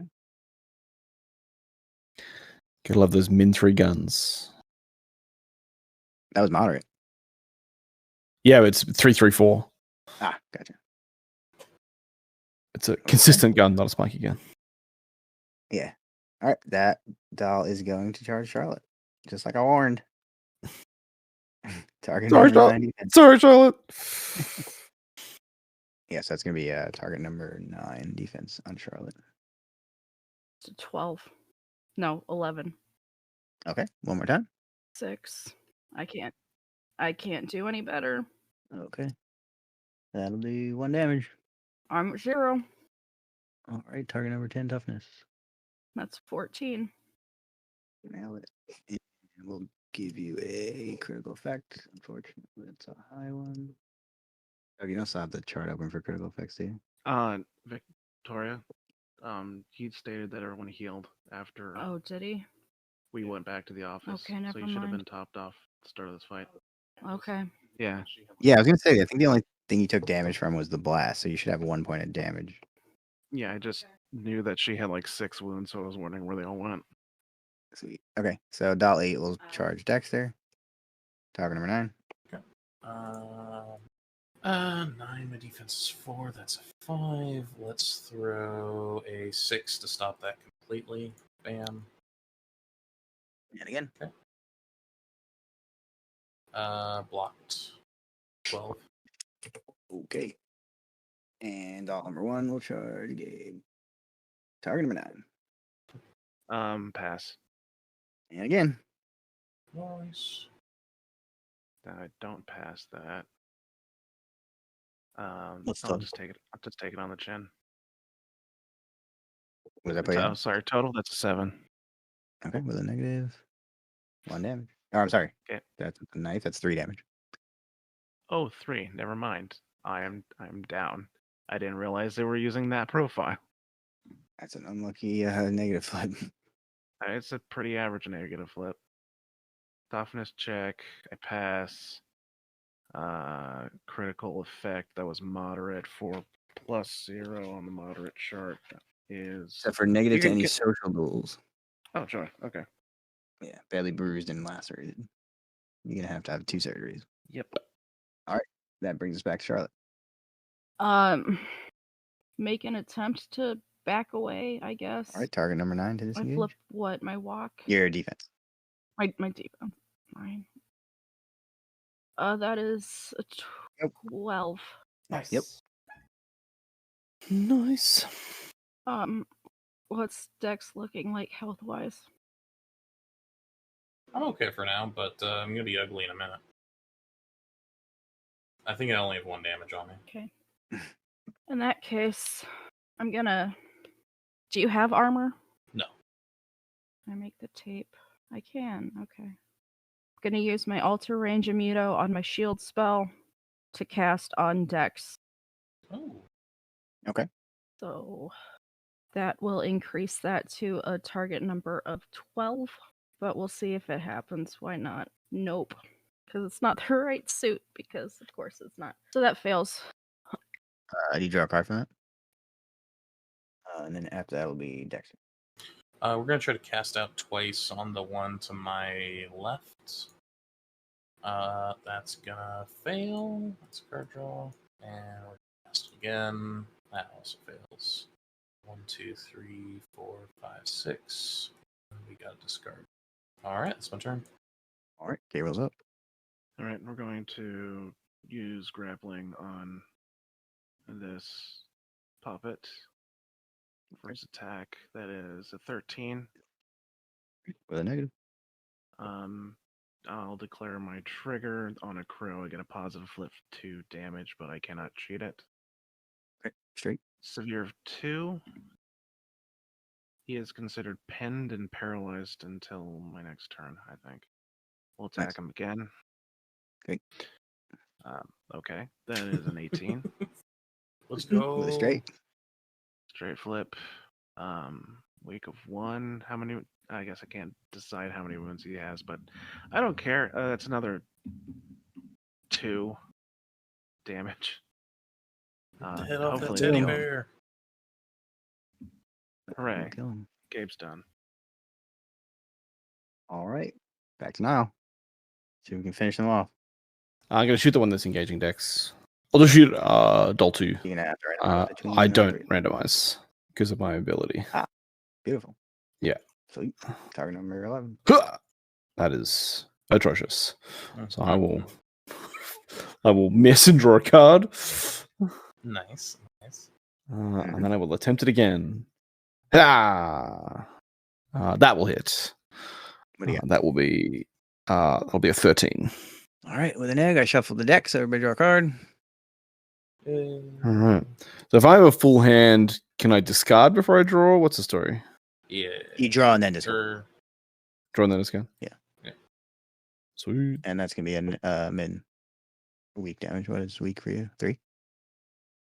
Yeah, 3 through 4. All right. He did. Yeah. All right. The doll's going to attack Dexter. Turn okay. 9. Pass. Right in. Pass. Sweet. And Charles back. The dolls have a much shorter turn now because there's only one of them left. Yeah, I was like, whoa. Wait, Finally I'm getting. cast a doll out. Oh. We've won the battle of attrition. Yeah. Gabriel's shotgun blast that took 3 of them in one shot was pretty clutch. It was pretty cool. Pretty clutch. How's Dex looking health wise? I'm great. 1 damage on me. Out of 5. He's just dodging all these knife attacks. Oh. I just have a good defense score. Gabriel bleeding from Dodge tanking. Yeah, Gabe's not looking good. I mean, I'm going to cast this thing out. That's going to be It's dumb. fine. The fight's about over. We Hopefully. finally got the card we needed. What does that do? Banish him? No, I mean, kind of. So, it's silly because what it does is 1, 2, 4 damage. It's removed from reality and placed prone up to 5 yards plus 5 margin per success directly away from the caster within line of sight. I'm gonna double walk right up here. And that's my turn. All right. Okay. Back to Dexter. Back to Dexter. We cast it out. Ah, that's not it. So we'll flip this card over. That's what we needed. Does he get We're gonna resisted? get beef. What's that? Does it get resisted? Yeah, it's defense. Oh, okay. Well, he needs 11. Yeah, pass that. Sweet. It'll be a negative flip. So 1, 2. He'll take 1 damage. Okay.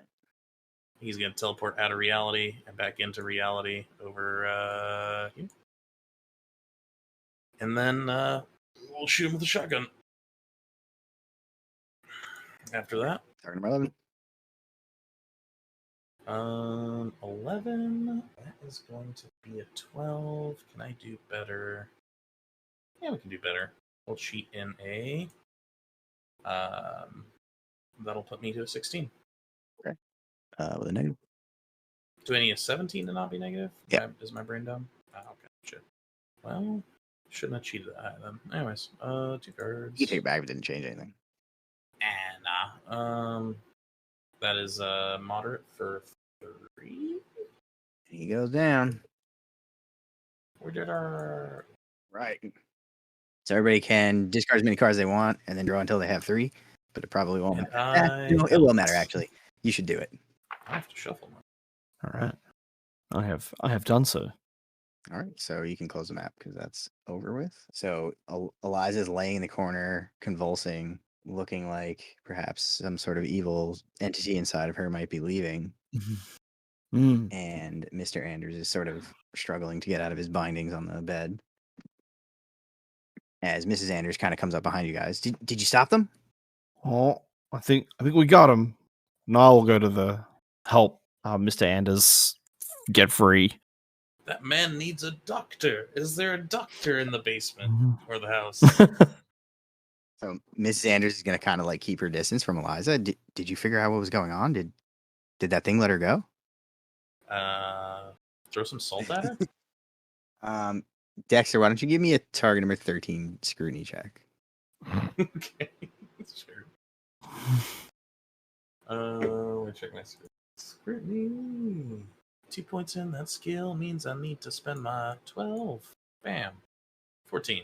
All right. So as this whole combat was going on, you took a close look at Eliza while there was a little bit of a lull, and you get the very distinct impression that this little convulsing fit that she had, that was an act, that she was trying to hide something. or give you the Mm. impression that something was happening that wasn't actually. Okay. No, she's still possessed. I throw another handful of salt at her face. Nothing happens. I'll say that not only did you think it was an act, but perhaps she wasn't actually possessed at all. Perhaps your original theory was more accurate. Oh no, she was a changeling the whole time. My God. All right. Say no. She's she's not even your daughter. It's a changeling. It can't be driven out. So now you're Maybe on it this will. whole thing about this not really being my daughter? What if she was just possessed by a demon? Demon? No such thing. Ghosts. Now those are real. I mean, call it what you want, but doesn't that seem more likely? She seems fine now. And she goes over and kind of picks her daughter up, and the daughter looks like she's just like coming to from a nap, maybe. Don't be fooled, woman. That is an act of a far more sinister creature. The body of the girl that we found in your basement is actually your daughter. That thing did the deed, just as it did to the nanny, who clearly was onto her. All right, so Mr. Andrews is gonna look over at Gabriel, who had a similar story earlier, and we'll look around at the rest of the group. Is anyone else trying to also back this story that this is not their daughter? Gabe is gonna reload his shotgun. Jesus. Oh, mine is empty too. Just Wow, do all of us have empty guns? Nope. Yeah. Oh, not empty Sniper gun, Man. empty brain, empty body. My blood is everywhere. I'm sick of this shit. I'm going to probably just shoot this child. Just at this point, I'm suffering from two different critical effects. He's just done. So this is definitely going to be another case of someone's going to stop Gabe, or Gabe is going to shoot this not child. Ma'am, you should put that child down and leave the room. What are Niall Or sorry, and you should put Charlotte? that thing down. What are Niall and Charlotte doing while they're having this conversation? Charlotte's probably gonna go examine the dad because he looks pretty rough. Okay. What about Niall? Yeah, he's just gonna try to prise the woman's hands away from her child. And she's like, "Come on now, this is you're not helping anyone doing this. Okay. Let's just be." He's just sort of he's trying to be really gentle about it, but like also like, don't try and stop me. Okay. So I need one of you to take a target number 14 convince check.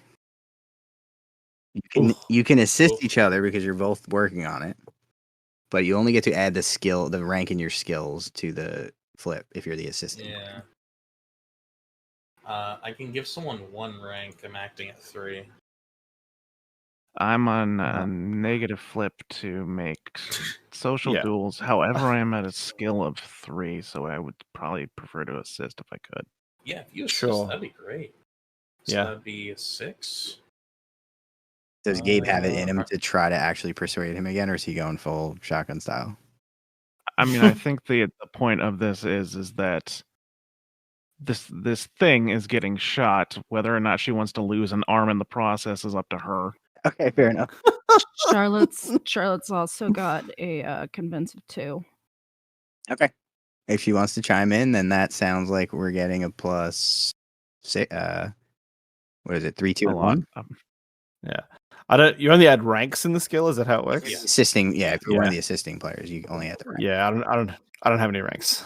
3, 2, and 1 is going to be a plus 6 on top of my 3 Merchant. for 9. Because he doesn't have any ranks, so it would just be 5. Do you have ranks in? Yeah. Okay, do you want to assist and let Niall take the flip then? I guess either way, my base throw for this is 3, so Yeah, you're getting plus 6. yeah, I'll be at a 9 base otherwise. Or Yeah, would you go D6? I think it would be a disadvantage for me to do it. Okay, but you're not adding anything, so it's only a +5 from the assisting. Oh, that's fine. 5. Yeah. Oh, okay. I see. What's the TN you said? 14. 14. Teamwork. I don't have anything to cheat for that. Yeah. I do. That's what I was thinking. Okay. All right. Yeah. That might There you be go. good. I'll assist you then. How many All ranks right. do you have? 1. So it'll be a total of a +6 now Yeah. for him. Oh, okay. So I'm getting that's an 8 total is what I can flip. Because I get 2 Oh. plus the 6 I'm getting. I'm dumb. I'm too tired to math. Yeah, either one of us will get it. It doesn't matter. If you Right. have the card. Well, No.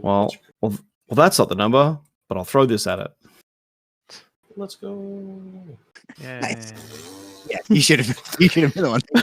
Sorry, I don't know why I'm like, oh yeah, I've got a fucking 13 in You my just- hand. Could have just been like, yeah, one of you assist me. Nobody needs to assist me. I make it a 15 on my own. Oh, there you go. Yeah, get him.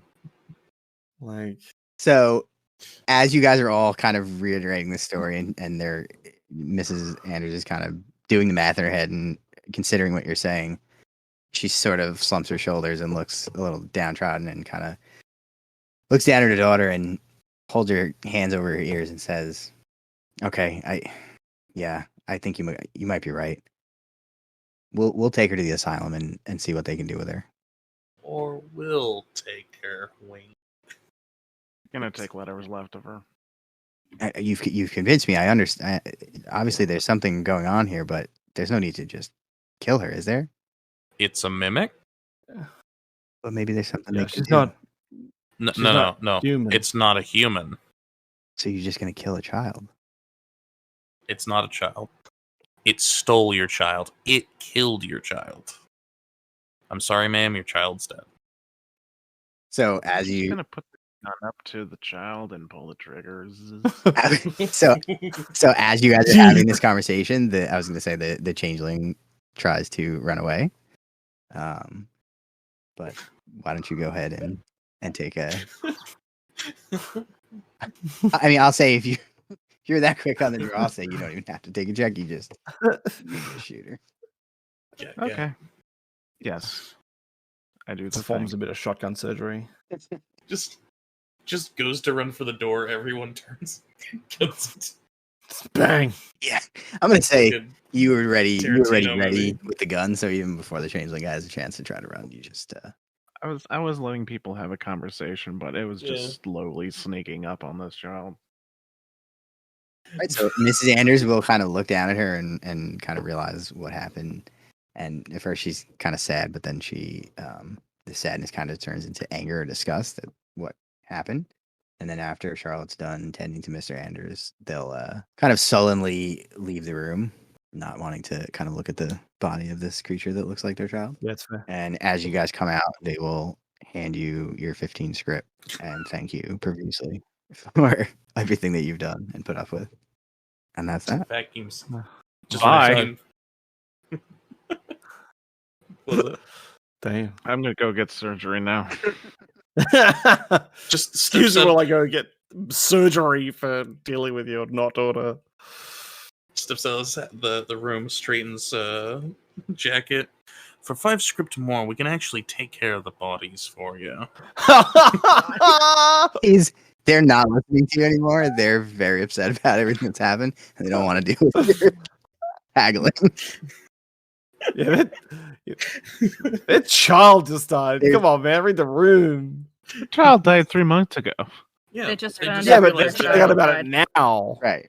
Well, I'm just be correct in what you're saying is all.